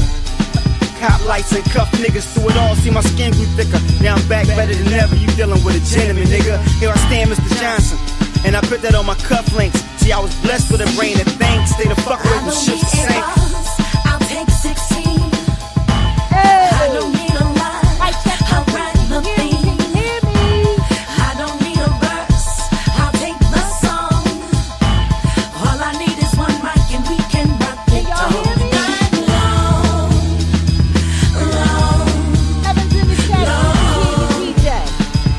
We can rock it all night long. It's Dutch all night long. Let go. We can rock it all night. At the club, it's a fiasco, no Lupe. Good cushion, do say it's Dutchy. Diamond clear as a Blu-ray. All I need is 16. My life is like a movie. I remember days getting work through Guadalupe. And I pay half of what you pay. Get it on Tuesday, re-up on Tuesday. Excuse me, I'm on a call with Ben Frank. Can't stop, won't stop, and I ain't. Who need friends with all this bank? Put me in front of a lens and I'm straight. Who got flows and hooks like me? I'll wait. I still love being the shit, damn I stink. I'm hot, I got a fever, Peter love this me. Anybody thought I was done? Eyes can't. Jag, it's time to talk to him, sing. I don't need a boss, I'll take 16. I don't need a lot, I'll write nothing. I don't need a verse, I'll take the song. All I need is one mic and we can rock it all night long. Not long. Yo. Yo, we wrote this and recorded this back in like 2014. Bruh, I'm trying to tell you, they was hot. They did not want me to release this joint. They did everything they could do. And you know, it's so sad because Meek, you a bitch. Like he got, but I can't be mad at Meek to a certain extent because everything that Meek did, he did to save his own neck. You know what I mean? Like they had Desiree Perez. Desiree Perez had the ability, you know what I'm saying, to pull those government ties. You know what I'm saying? She was able to pull all of that. She was able to pull all of that. You know, Desiree was able to make it happen for him. You know what I'm saying? Like Desiree was able to get in there and work those judges. Allegedly. I mean, do I really need to say allegedly? Because every time people ask Meek how he got out of his jail problems and how he got the feds off his back and all of that, and how he got to stay out of court and all of that and get off probation, was because of Desiree Perez. That's what he said. She made that happen. Oh, thank you. So you see what they did? They messed around with us trying to get the numbers to fall down a little bit. You know what I'm saying? I don't know. I might, you know what I might have to do? Like for real. I might have to just go through and just create a little members only playlist here on the channel where I just put like a playlist of some of my unreleased music that nobody's ever heard. You want me to run that song back?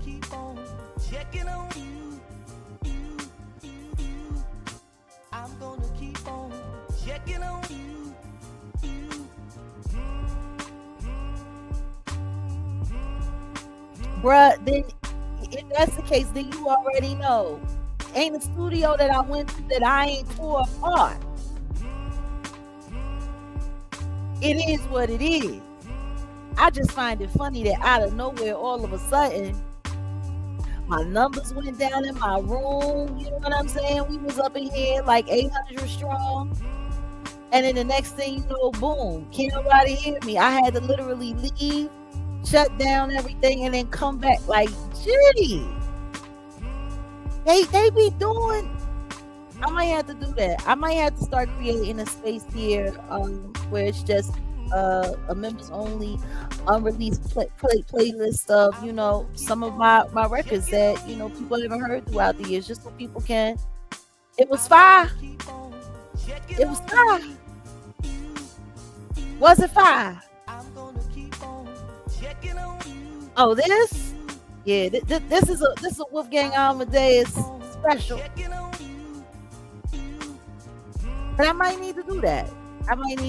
Just the unreleased music, the stuff that y'all never heard, you know, the stuff that was never put out, just so y'all could, you know, just come and you could run it anytime you want to run it. Okay, a couple people done said run it back. If I see run it back 2 more times, somebody said run it. All right, you know what? Okay. All right, look, we're going to take a quick musical break. I'm going to drop this off right quick. We're going to get this done for y'all, since y'all asked for it. I ain't crazy. This is called I Need 16. It features some of the hottest instances, in my opinion, from Philadelphia that I thought got overshadowed. A couple members from State Property, Miss Jade from Timberland and Magoo, Jaguar Wright on the hook. I'll let it run a little bit. Here we go. Salute to real hip hop. I don't need a line, I'll write the theme. I don't need a verse, I'll take the song. All I need is one mic. Come on. Yo, niggas lukewarm, I'm hotter than Tucson. Big black Yukon, cut out like a coupon. Fuck a bitch, fuck a homie. See, I'm my own best friend, I'm never lonely. Condo right in the hood, dumb cozy. Hardwood floor, flat screen, water wall. Watch your bitch take it off. Booty so soft, she gon' make it clap. Hold your applause, I'm close to the edge, don't push me. Pussy niggas wearing cheetah print, talking husky. Sweeter than a strawberry margarita slushy, yes. I'm hard like a math test, you ain't study, check. 1, 2, come through, do what I wanna do. Drink a case in your face, escape with your boo, ooh. Kill him crack, oh, ooh, kill him crack. The kid back with a vision, oh, you ain't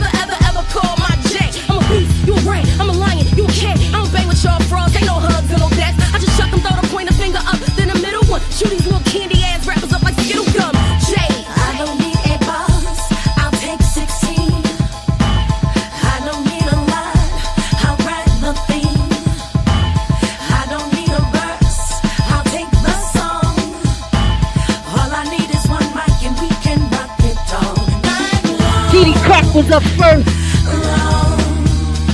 This Jay was second on the mic.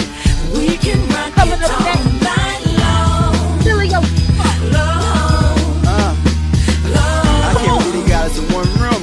We can rock it all Nigga blow the exotic and go for dolo. Right now I get it iron, it's patriotic. Call me Ocho, used to move blow on the low, but everything ain't what it seem though. See, on the game so-so, move with the so-side persona, send your ass a lullaby. Still drive by way high, like a motherfucker run with government. Nigga respect my covenant. A nigga watch for the cover up. Look, I've been down too long, so one way or another I'm coming up. Right now I'm setting up, I done seen suffer. White rice and malt liquor. Cop lights and cuff niggas through it all, see my skin grew thicker. Now I'm back better than ever, you dealing with a gentleman, nigga. Here I stand, Mr. Johnson, and I put that on my cufflinks. See, I was blessed with a brain that thinks. Stay the fuck away from shit to sink. I'll take 16. I don't need a line, I'll write nothing. I need 16. I don't need a verse, I'll take the song. All I need is one mic and we can rock it all night long.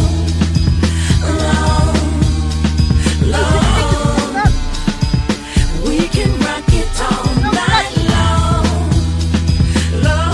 Touchy. All night long. All night. Let go. We can rock it all night. I hit the club, it's a fiasco, no Lupe. Good cushion, Duce, it's Dutchy. Diamond clear as a Blu-ray.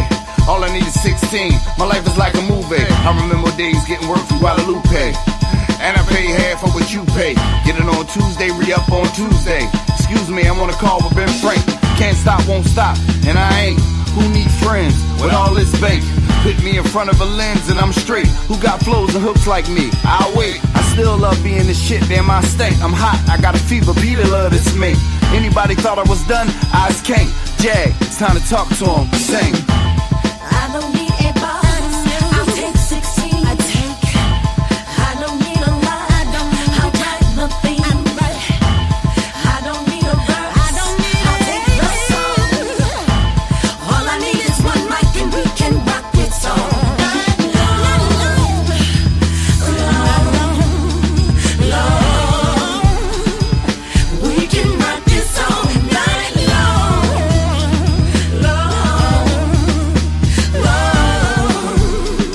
Hey, we can rock it all night. rap American sniper, man, all I need is a shot. Jag blessed me with ammo, so now I'm gunning for spots. No babysitting, but I'm the youngin' that y'all need to watch. I drop waves, now I showboat like flicks with a yacht. Ain't drop a verse in a minute, I'm feeling like Jerry Rice. I am no polite rapper, it's just my flow very nice. All you rappers is actors, all you rappers is light. My future 3 p.m. in the summer, my shit looking bright.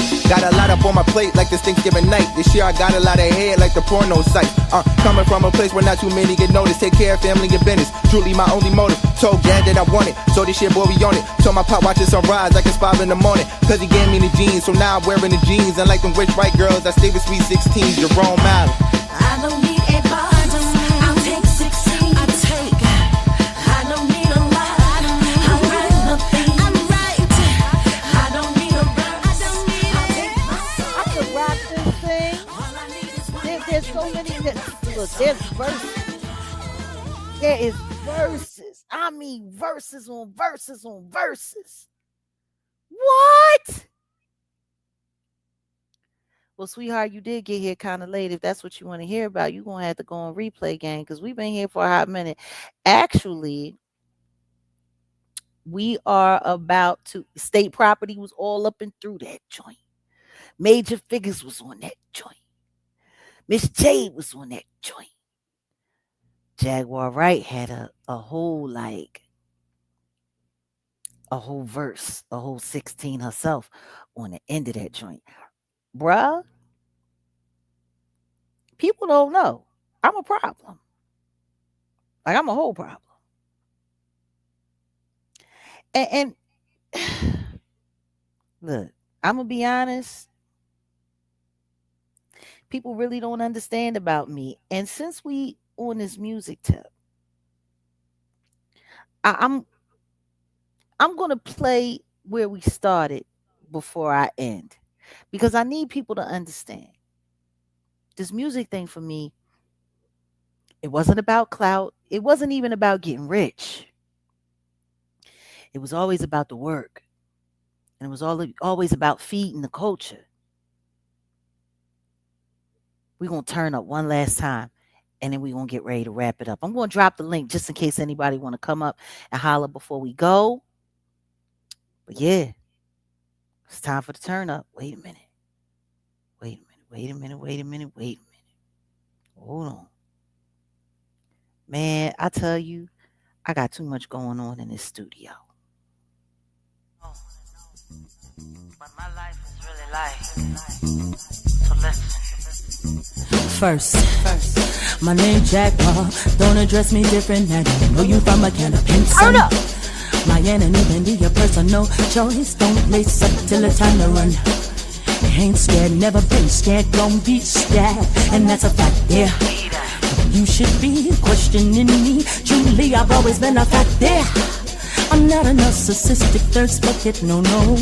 Just self-aware. Aware you've been thinking about me too much. Time to come up for air. Your opinion in the universe of me rates about a 0. Now go add value to that somewhere else and find a new hero. Vicarious living is death, covered up in a whole lot of coveting. This ain't church, so why you got a plate in your hand? Cause baby, I ain't offering. But you can take this 2 cents right here to the store and go and get a snack. Then sit on the curb and figure from which hand you just got smacked the turn up. You want it? Time for the turn up. Got it. Turn up. Ass boy. Time for the turn up. Turn up. Everybody wanna know like about celebrity friends and why I gained weight, my marriage and all that. What else? Time with the Roots was cool, Jake was great, and Cat Williams, yes, amazing. For real though. All it means is cool people enjoy my talents and my company. See, I make me experience, shape me, but here today I made me self-reliant, don't waste a fight, and don't see that change until I'm dying. Forest waking, chalk it up to depression, married an asshole. Dark days, storms, then made it to the end of the rainbow. Found me a pot, named Sam. I love being his mother. Might do it one more time, honestly, because it's such an honor. Always wanted a real life for real love, something that was on my true definition of fame is to be alone in the sunshine. Turn up, time for the turn up. You wanted it. Turn up. It is. Time for the turn up. Turn up. Time for the turn up. You asked for it. Turn up. What? Time for the turn up. Turn up. Yo, everything in this world that glitter and gold. Ain't that the damn truth? Gain the world, lose your soul. Pretty much.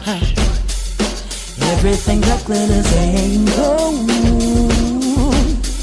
You gain the world just to lose your soul. Hey, everything that glitters ain't gold. You gain the world just to lose your soul. No shame in loving God, though the world may see God still, yeah. Good things they do take time. Take yours, I take mine. No point in lying for it. Might end up dying for it. We all get what we deserve. Some help that's up, some way to be served. My pride is my right, and my right is my life. Rich if I want to, might miss the real truth. To be more understanding, to be more forgiving, to compromise, to believe God. Y'all always want to ask some questions, right? Did that answer it for you? Dos, come on, man. Uno, dos, tres,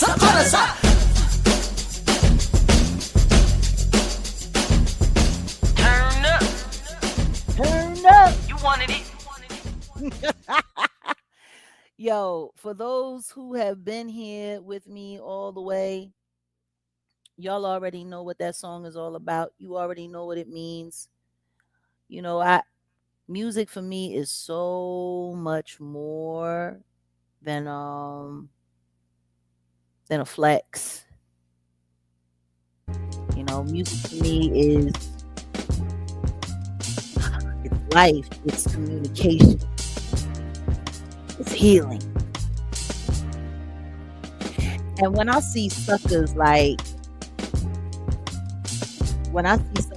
John Carter, out here,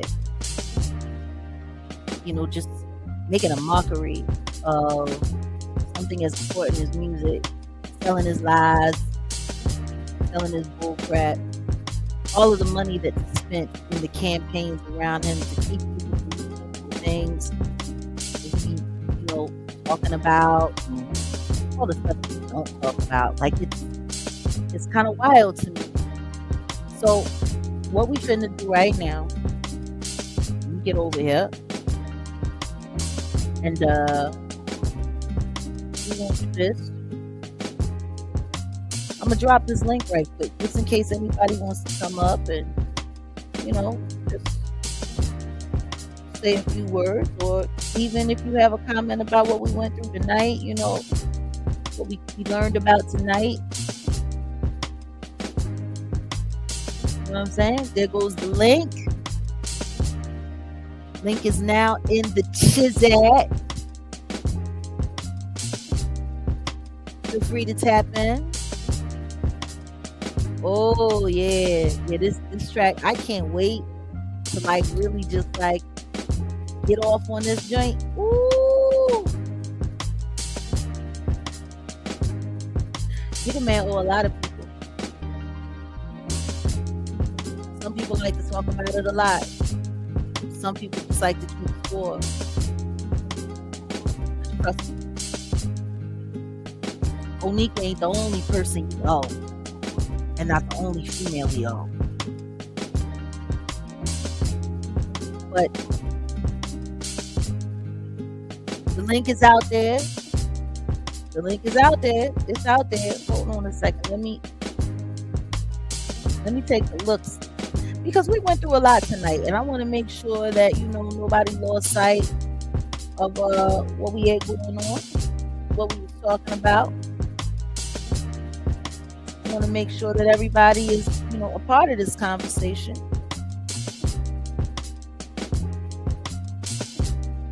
If anybody has anything that they want to offer, anything that they'd like to say, I don't have a problem with communicating. Okay, we got somebody up here, somebody at the back door. Hey, Jay. Welcome, CJ. Welcome to the court. All the way from Mississippi. I just want to let you know that I have been listening to you, supporting you, trying to spread your word down here in Mississippi. It might not be, yes. I haven't been down Mississippi in a minute. How far are you from Jackson? 2 hours. Okay. All right. So you're not that far off I-20 way? Not at all. I just want to commend you on being so brave, because no matter if it's speaking against the industry, just speaking positive and speaking the truth, so many people don't want to hear it. Whether it's your truth, whether it's God's truth, people don't want to hear it. And I just want to say that I just want you to be safe and keep doing what you're doing.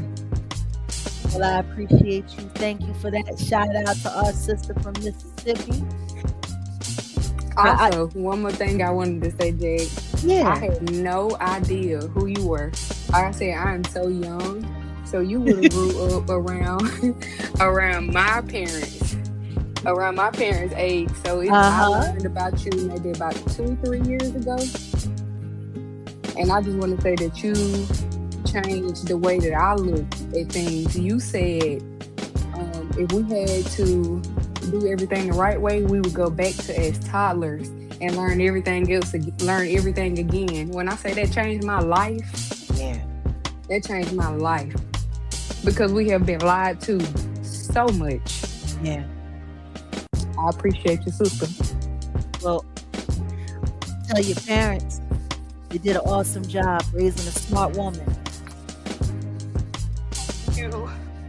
And I'm glad that I got to be a part of your journey. Thank you for accepting me in and letting me be a part of your journey. Easy. Can't open that. Everybody can see me. Oh, they can't see your face. You cam I down. put myself in one time. Hey, everybody. Oh, look at that beautiful face. Thank you. Awesome. No, thanks, lady. Yo, shout out to Z-Tay, Mississippi Strong up in the building, hot water cornbread. I'm telling you. Yes. Thanks for having me, Jay. Absolutely, lady. Take care. Okay, we got somebody else in the back. Oh, you don't know how? Oh, there you go. We got somebody else in the back. I don't know if you want to be cammed up, but you're more than welcome to stay cammed up if you like. We got Brother Gregory Young in the house. What's going on, Brother Greg? Hey, how you doing, sister? Just, doing what we doing. How you doing, sister? Talking with the people. How you doing tonight? I'm blessed. And I want to say I definitely commend you for being honest. And as you being honest, this is real powerful what you're doing, and I want to keep you in my prayers. And also, you're welcome to join my channel, Godly Man G. Okay. All right. Well, I'm gonna make sure that I keep that on deck, and we look at that Godly Man G. I'm gonna make sure that if you on like YouTube. On YouTube, okay. And much love to everybody. Oh, thank you. Thank you for coming through and spreading that good love and that good word. Ladies and gentlemen, let's make sure that we all keep Gregory on our algorithm deck. Godly Man G it is. Yes, because I want to get the good news around the world about how good God is, exposing Hollywood. Amen. Amen. Well, then we need to show up for that. We definitely Yeah. need to show up for that. All right, brother. Was there anything else you'd like to share with us? And what do you think about Jay-Z's interview? What do I think about it? Oh, Yeah. I mean, I'm gonna be talking about it more in depth very shortly, because I'm gonna be sitting down with the brothers on the blue couch. We got a couple of things to discuss regarding that interview. What I will say is hogwash. And, part of what we went through, what's going on, LP in the building.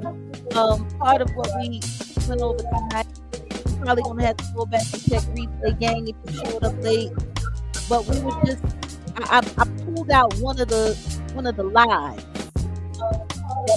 Okay. And I love your music. Your music is wonderful and beautiful. It touches my heart every time. Thank you so much. Appreciate you for that. Real talk. Yeah, I don't know why Jay-Z got rid of you. That was wrong. Well, the truth is he didn't get rid of me. I left. Oh, you did? Okay. Sorry about that. No. When I saw where it was going, there was no way I could be a part of it. All I wanted to do was just be able to be an independent artist. Let them go their way, and I go my way. And I wasn't going to be rocking with him. He was going to make sure that I wasn't going to rock at all. So that's really what it's been about. Just a tug of war between me and this entity, which is such a big figurehead for an industry that I helped feed and fuel so much awesome into. That's part of the reason why I started speaking out, because when I realized that their whole objective was to make sure that if I didn't have a life with him, I could have no life. Oh, wow. Okay, I see. Yeah, like it's not even a matter of whether or not I wanted to stay. I didn't want to stay. I fought to get out of my major recording contract when I was at Geffen. After MCA folded, I fought to get out of that.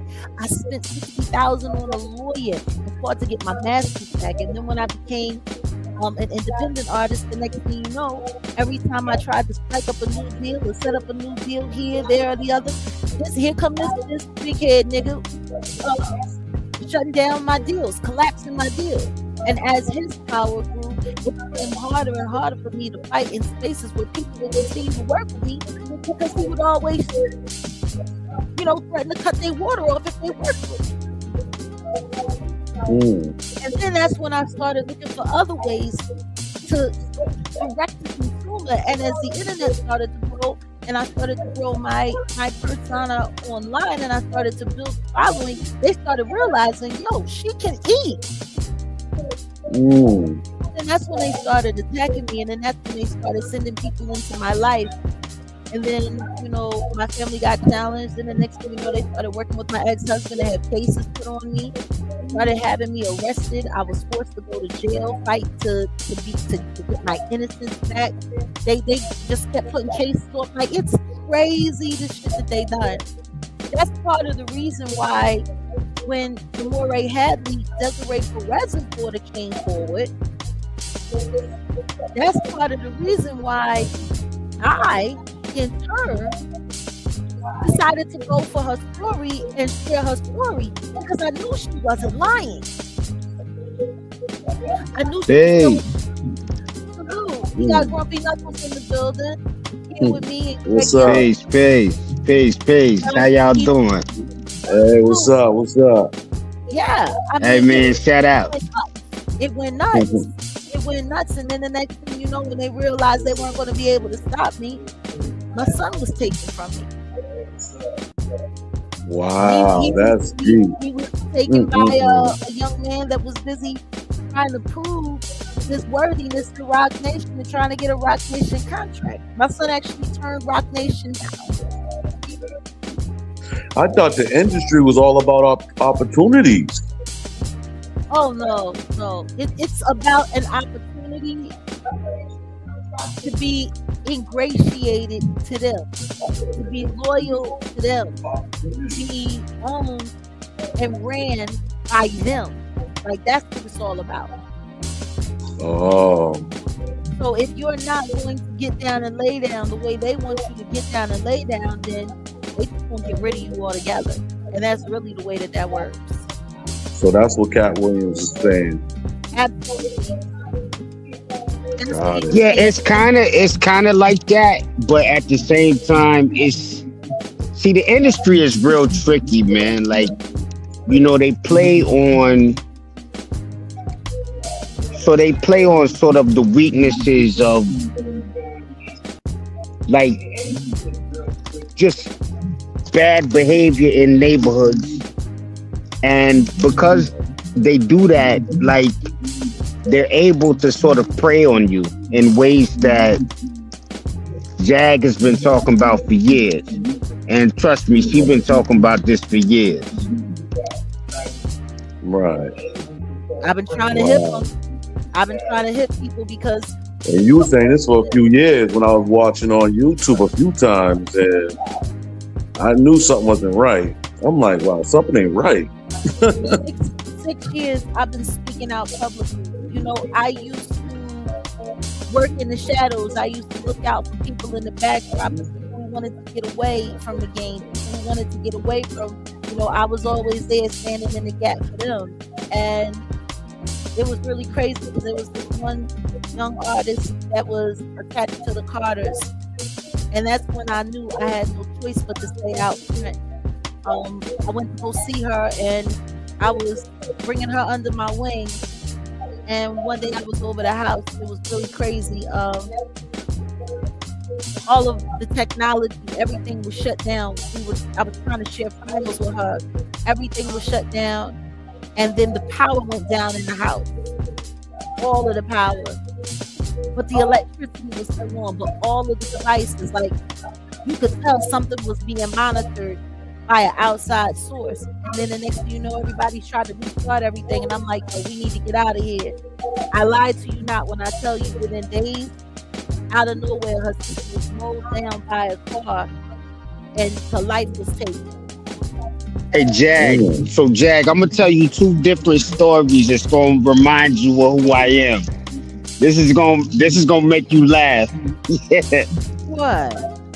This is gonna make you laugh. All right, so they call me Grumpy Knuckles now, but I'm actually Element 7D. All right, so but for those of that y'all that don't know, I actually been doing music for a long time, right? All right, so it's two stories that I got with Jag that's crazy. So my cousin Jahad, you remember when y'all used to come to LA and y'all used to rock Leimert Park? Yeah. That was my cousin. That was my first cousin. And that little boy with the freckles who used to rap in the beginning, that was me. Okay. That was me. Early 2000s. I'm talking about early, yes. I'm talking about early. Even when we used to do the world, the world stage with the poetry and all that. When you used to come to the world stage and all that. Okay? Because Jahad used to run that too.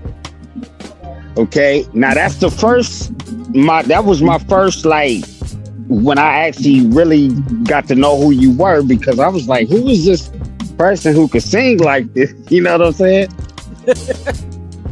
But then the second time was when I was established. I had got, we had got signed with Flatland and all that, and I was the young dude rolling with the 60s that was rocking with E-Rule and King Born and all those guys. Big Pun, not the Big Pun from New York, the Big Pun from LA. And when that situation, and I'm not gonna say what happened at the House of Blues, but I knew that was mistreating you, and it was us that got you up out of there and got you up out of there safe. I was the kid that got arrested that night to get you up out of there. There was a couple of, I had a couple of tight moments in LA, and I do remember. Yeah. I remember that it was a long time ago. It was a long time ago. It was like the early 2000s. It was like, you know what I mean? It was. I think that. But I remember you told me. Because I, like 2 years later, I went back to Texas to go visit my father, and we were in South by Southwest. I'll never forget this shit. And Amir was trying to sign me, and you was looking at me, and you was shaking your head, and I was like, "Nah, I'm cool, bro. I'm cool, bro." But I've never. But I remember you were performing with the Roots that night.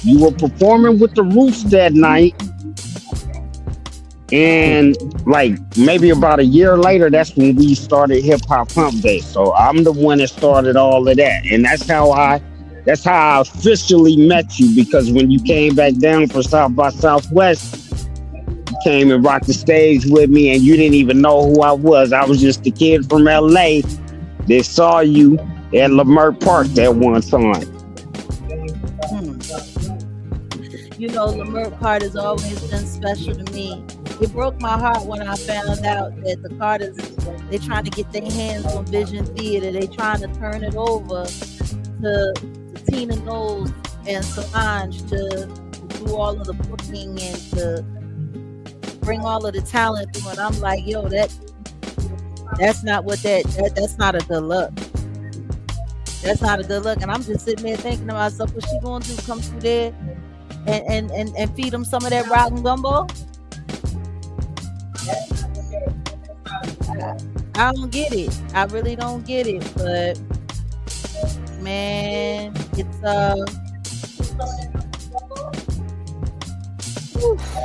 I tell you, yeah, it's been a lot of years. And it's funny because... But you were always good to me. You were always good to me because I was younger than you. I'm only like maybe about 2 years younger than you. But you were always good to me. You always looked at me in them eyes like, yo, kid, don't do it. And I always looked at you like, I'm already on it. Don't worry about it. I'm already on it. It's just so wild because there's so many people that I've met throughout the years. And what's funny is that's why when I hear when they bring these people online to come and tell crazy stories about me and say crazy things about me and make up all of this stuff, I'm like, you already know what it is. You know what I mean? Because anybody who's met me will tell you, I treat people well, I treat people good. I've always been a real one, especially when it comes to those of us who have the gift, because I see us as God's community here on earth. So I'm always looking out for my real musicians. You know, like when I look at all of my guys, like it was so funny. I saw Kurt Chambers and Adam Blackstone on an Instagram clip with, what is his name? Duran Bernard, that new young guy who just won those Grammys. Yep.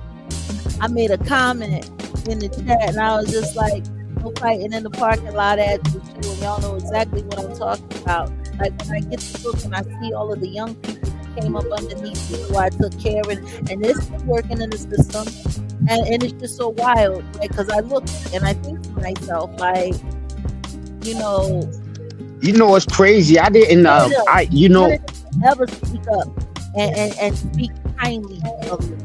None of them will ever. Hey sis, he's not lying, she's not this, and I get it. Like I get why. You know what I mean? They won't do it because they know they'll never work again, and that's crazy because that's how the game is.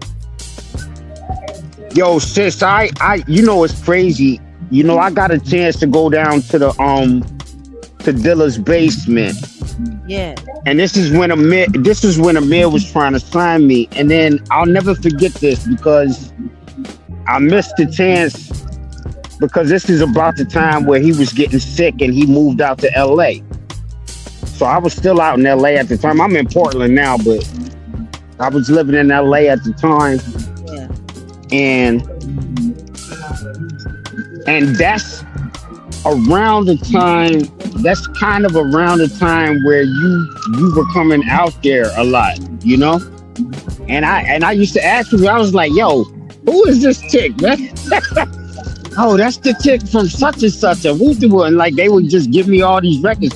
So me and my guy Brainchild Solomon from Stone's Throw and all that, man, we used to go get your 45s. We used to go get your 45s, man. And we just used to spin them shits, man. Do you know who came from Inglewood that I bumped into when I moved to Texas? That was such just a refreshing moment for me. You remember Stone Mecca? Yeah, I know Stone Mecca. Man, listen, not only Stone Mecca, I know Doug Mecca. I know all the Mecca family, man. I come from the Mecca family. Stone Mecca, we ended up bumping into each other in the DFW, and we started working together. It was wild because that was when he was still, I guess he's still RZA's musical director, but that was like, late teens of the 20s, like about 7 years ago, 8 years ago, when we first went back into each other. And I'm like, bruh, I can't believe, you ended up here in Texas. I ended up here in Texas. It was a good moment. The crazy part, I'm gonna tell you a crazy story, right? So check this out. You told the story about Rihanna, right? Yeah. So check this out. So my dad, I moved back to Texas. My dad was taking care of one of my family members, right? I linked up with, and my dad does taxes and all that stuff. So he ended up, and he did taxes for like a lot of track runners and stuff like that. Texas is a big track state and all that. So he was doing taxes for a dude named Obadele Thompson, who's married to Marion Jones, right? Uh-huh. So check this out. He tells Oba, he's like, hey, my son is a troubled kid. He's a gangbanger. And you get him right. I know, because he loves music, he loves to rap, he loves to do all this, and he's a great producer and all that. So I get with Obadele Thompson. Now, Obadele Thompson is from Barbados. Yeah. So check this out. The first year I'm with Oba, he says, hey, hey, man, your production is crazy. We got this girl, she's like 12 years old at the time. 12, 13, somewhere around there. I can't remember how old she was at the time. But he says, hey, you need to hear her. And I was like, all right, cool, whatever. So they send a demo from Barbados with his friend who does jazz or whatever. Mm-hmm. And it's Rihanna. Yeah. And they had their I'm eye like, on her. no, so check this out. So we start making some moves, and we working with Troy Hightower at the time because we was working some deals with BBE and doing some stuff with De La and shit at the time. And like a week later, we look on the internet and she signed to Jay-Z, bro. This shit was the craziest thing I ever. And then now that I hear the stories about what he told her in that room, there's two ways out of that room. I was like, yo, that's crazy. No, Yeah, that was crazy.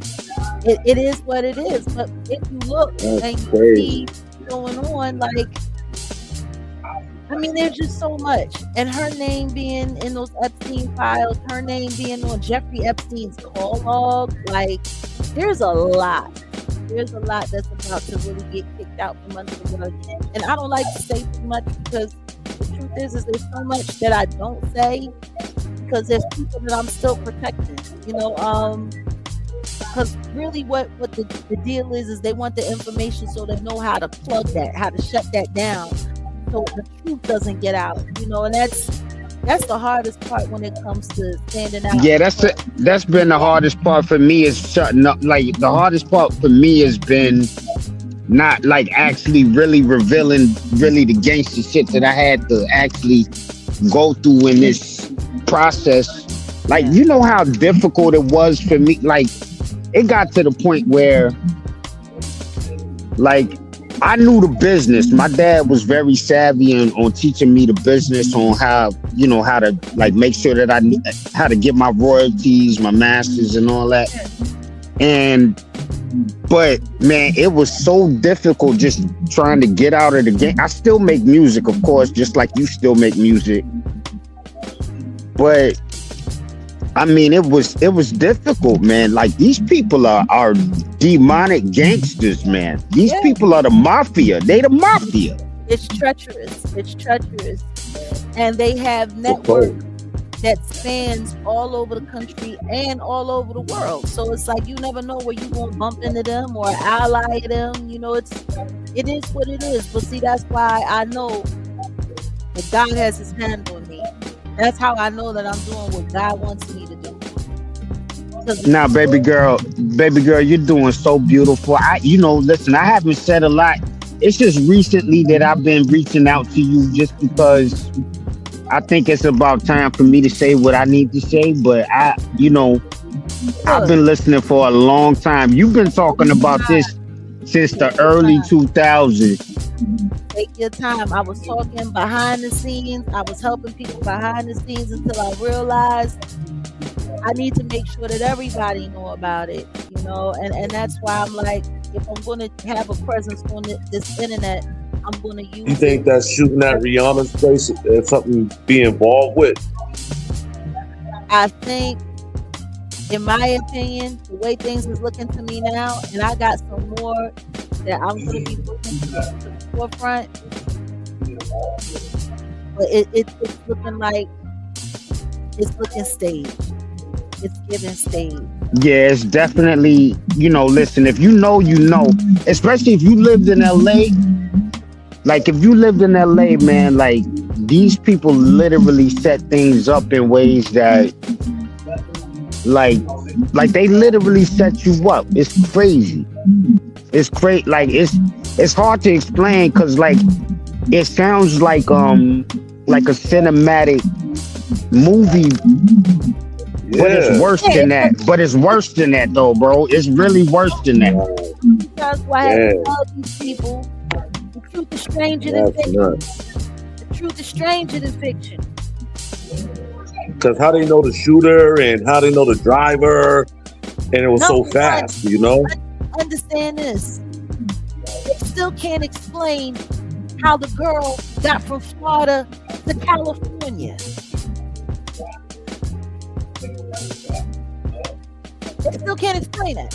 With all of the whole story makes no sense. With all of Yeah, the the whole story makes no sense.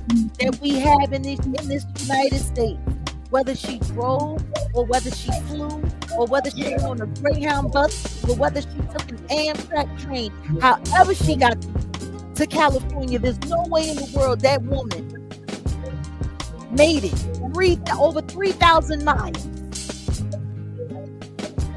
And nobody knows how she ended up in LA. More importantly, You know, here's the other thing that they don't. I'm telling Hey, hey, Jackie. Here's the other thing that they don't want to talk about in the industry. It's not white spy versus black spy. It's black spy versus black spy. It's black magic versus black magic. Let's keep it real. Let's keep it all the way up bean, man. They really be out there doing that. Listen to me, I know, and we gonna and little by little, but the truth is, most people aren't ready to accept that. My goodness.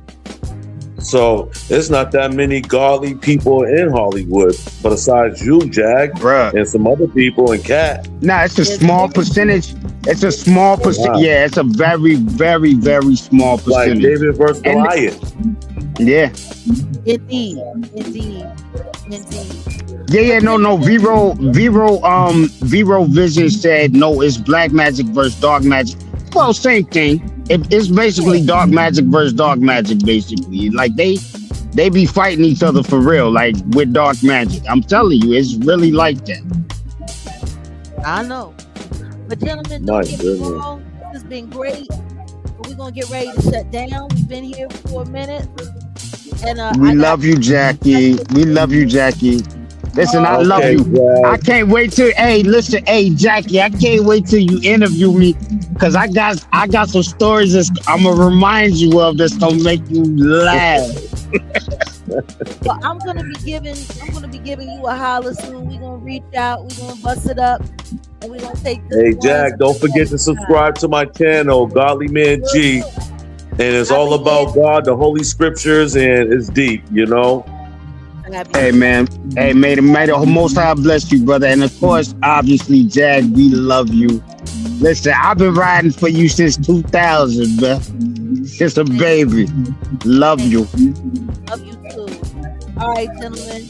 Hallelujah. It's been All right, y'all. God bless. Indeed. Oh, Shabbat. What a wonderful. I love it when we get to talk with people who love God, who love the presence of the Lord. It's an amazing thing. So y'all make sure we gotta subscribe. Godly Man G. We got another person in the community that we didn't even know was here, where we can go and we can be just in the presence of someone who appreciates love as much as we do. Guys, it's been so fabulous. It's really been amazing. I hope we learned a lot. And like I said, y'all know it's Patreon Wednesday. Y'all know we get in. What time we get in? Around tomorrow. That's cute. Wait a minute, where's that comment? Because that's not going to stay here. Sorry, but it's not going to stay here. Because don't nobody really care about black magic. And nobody's caring about having black magic in the ear. It was a great live tonight. That's amazing. That's amazing. I'm glad you guys had a good time. But like I said, tomorrow was Patreon Wednesdays, and we got some updates regarding this Rihanna case. So y'all know what to do. Y'all know what it's all about. I want to thank all of our contributors who came through today. Barbara J came through today. Of course, Archangel Michael, Paris Hansen, thank you so much. Oh, wait a minute. Toywood, back in the membership, back in the fold. Grumpy Knuckles, of course, came through. Appreciate. Fire Glory, thank you so much. Hold on a second. We got Fifth House Productions came through. Appreciate you. Alina's, love you much. We got D Coop. Thank you for coming through. Oh, we got another new member. Lovely Me. Appreciate you. Thank you for stopping by. Hey guys, y'all already know the Jaguar Wright effect. We've had such a good time just being in fellowship. And remember, as always, don't believe the hype. Don't believe the hype. For real, like, we can't be believing in stuff that these people are saying. They be talking all kinds of crazy stuff. Y'all know what it is. Peace.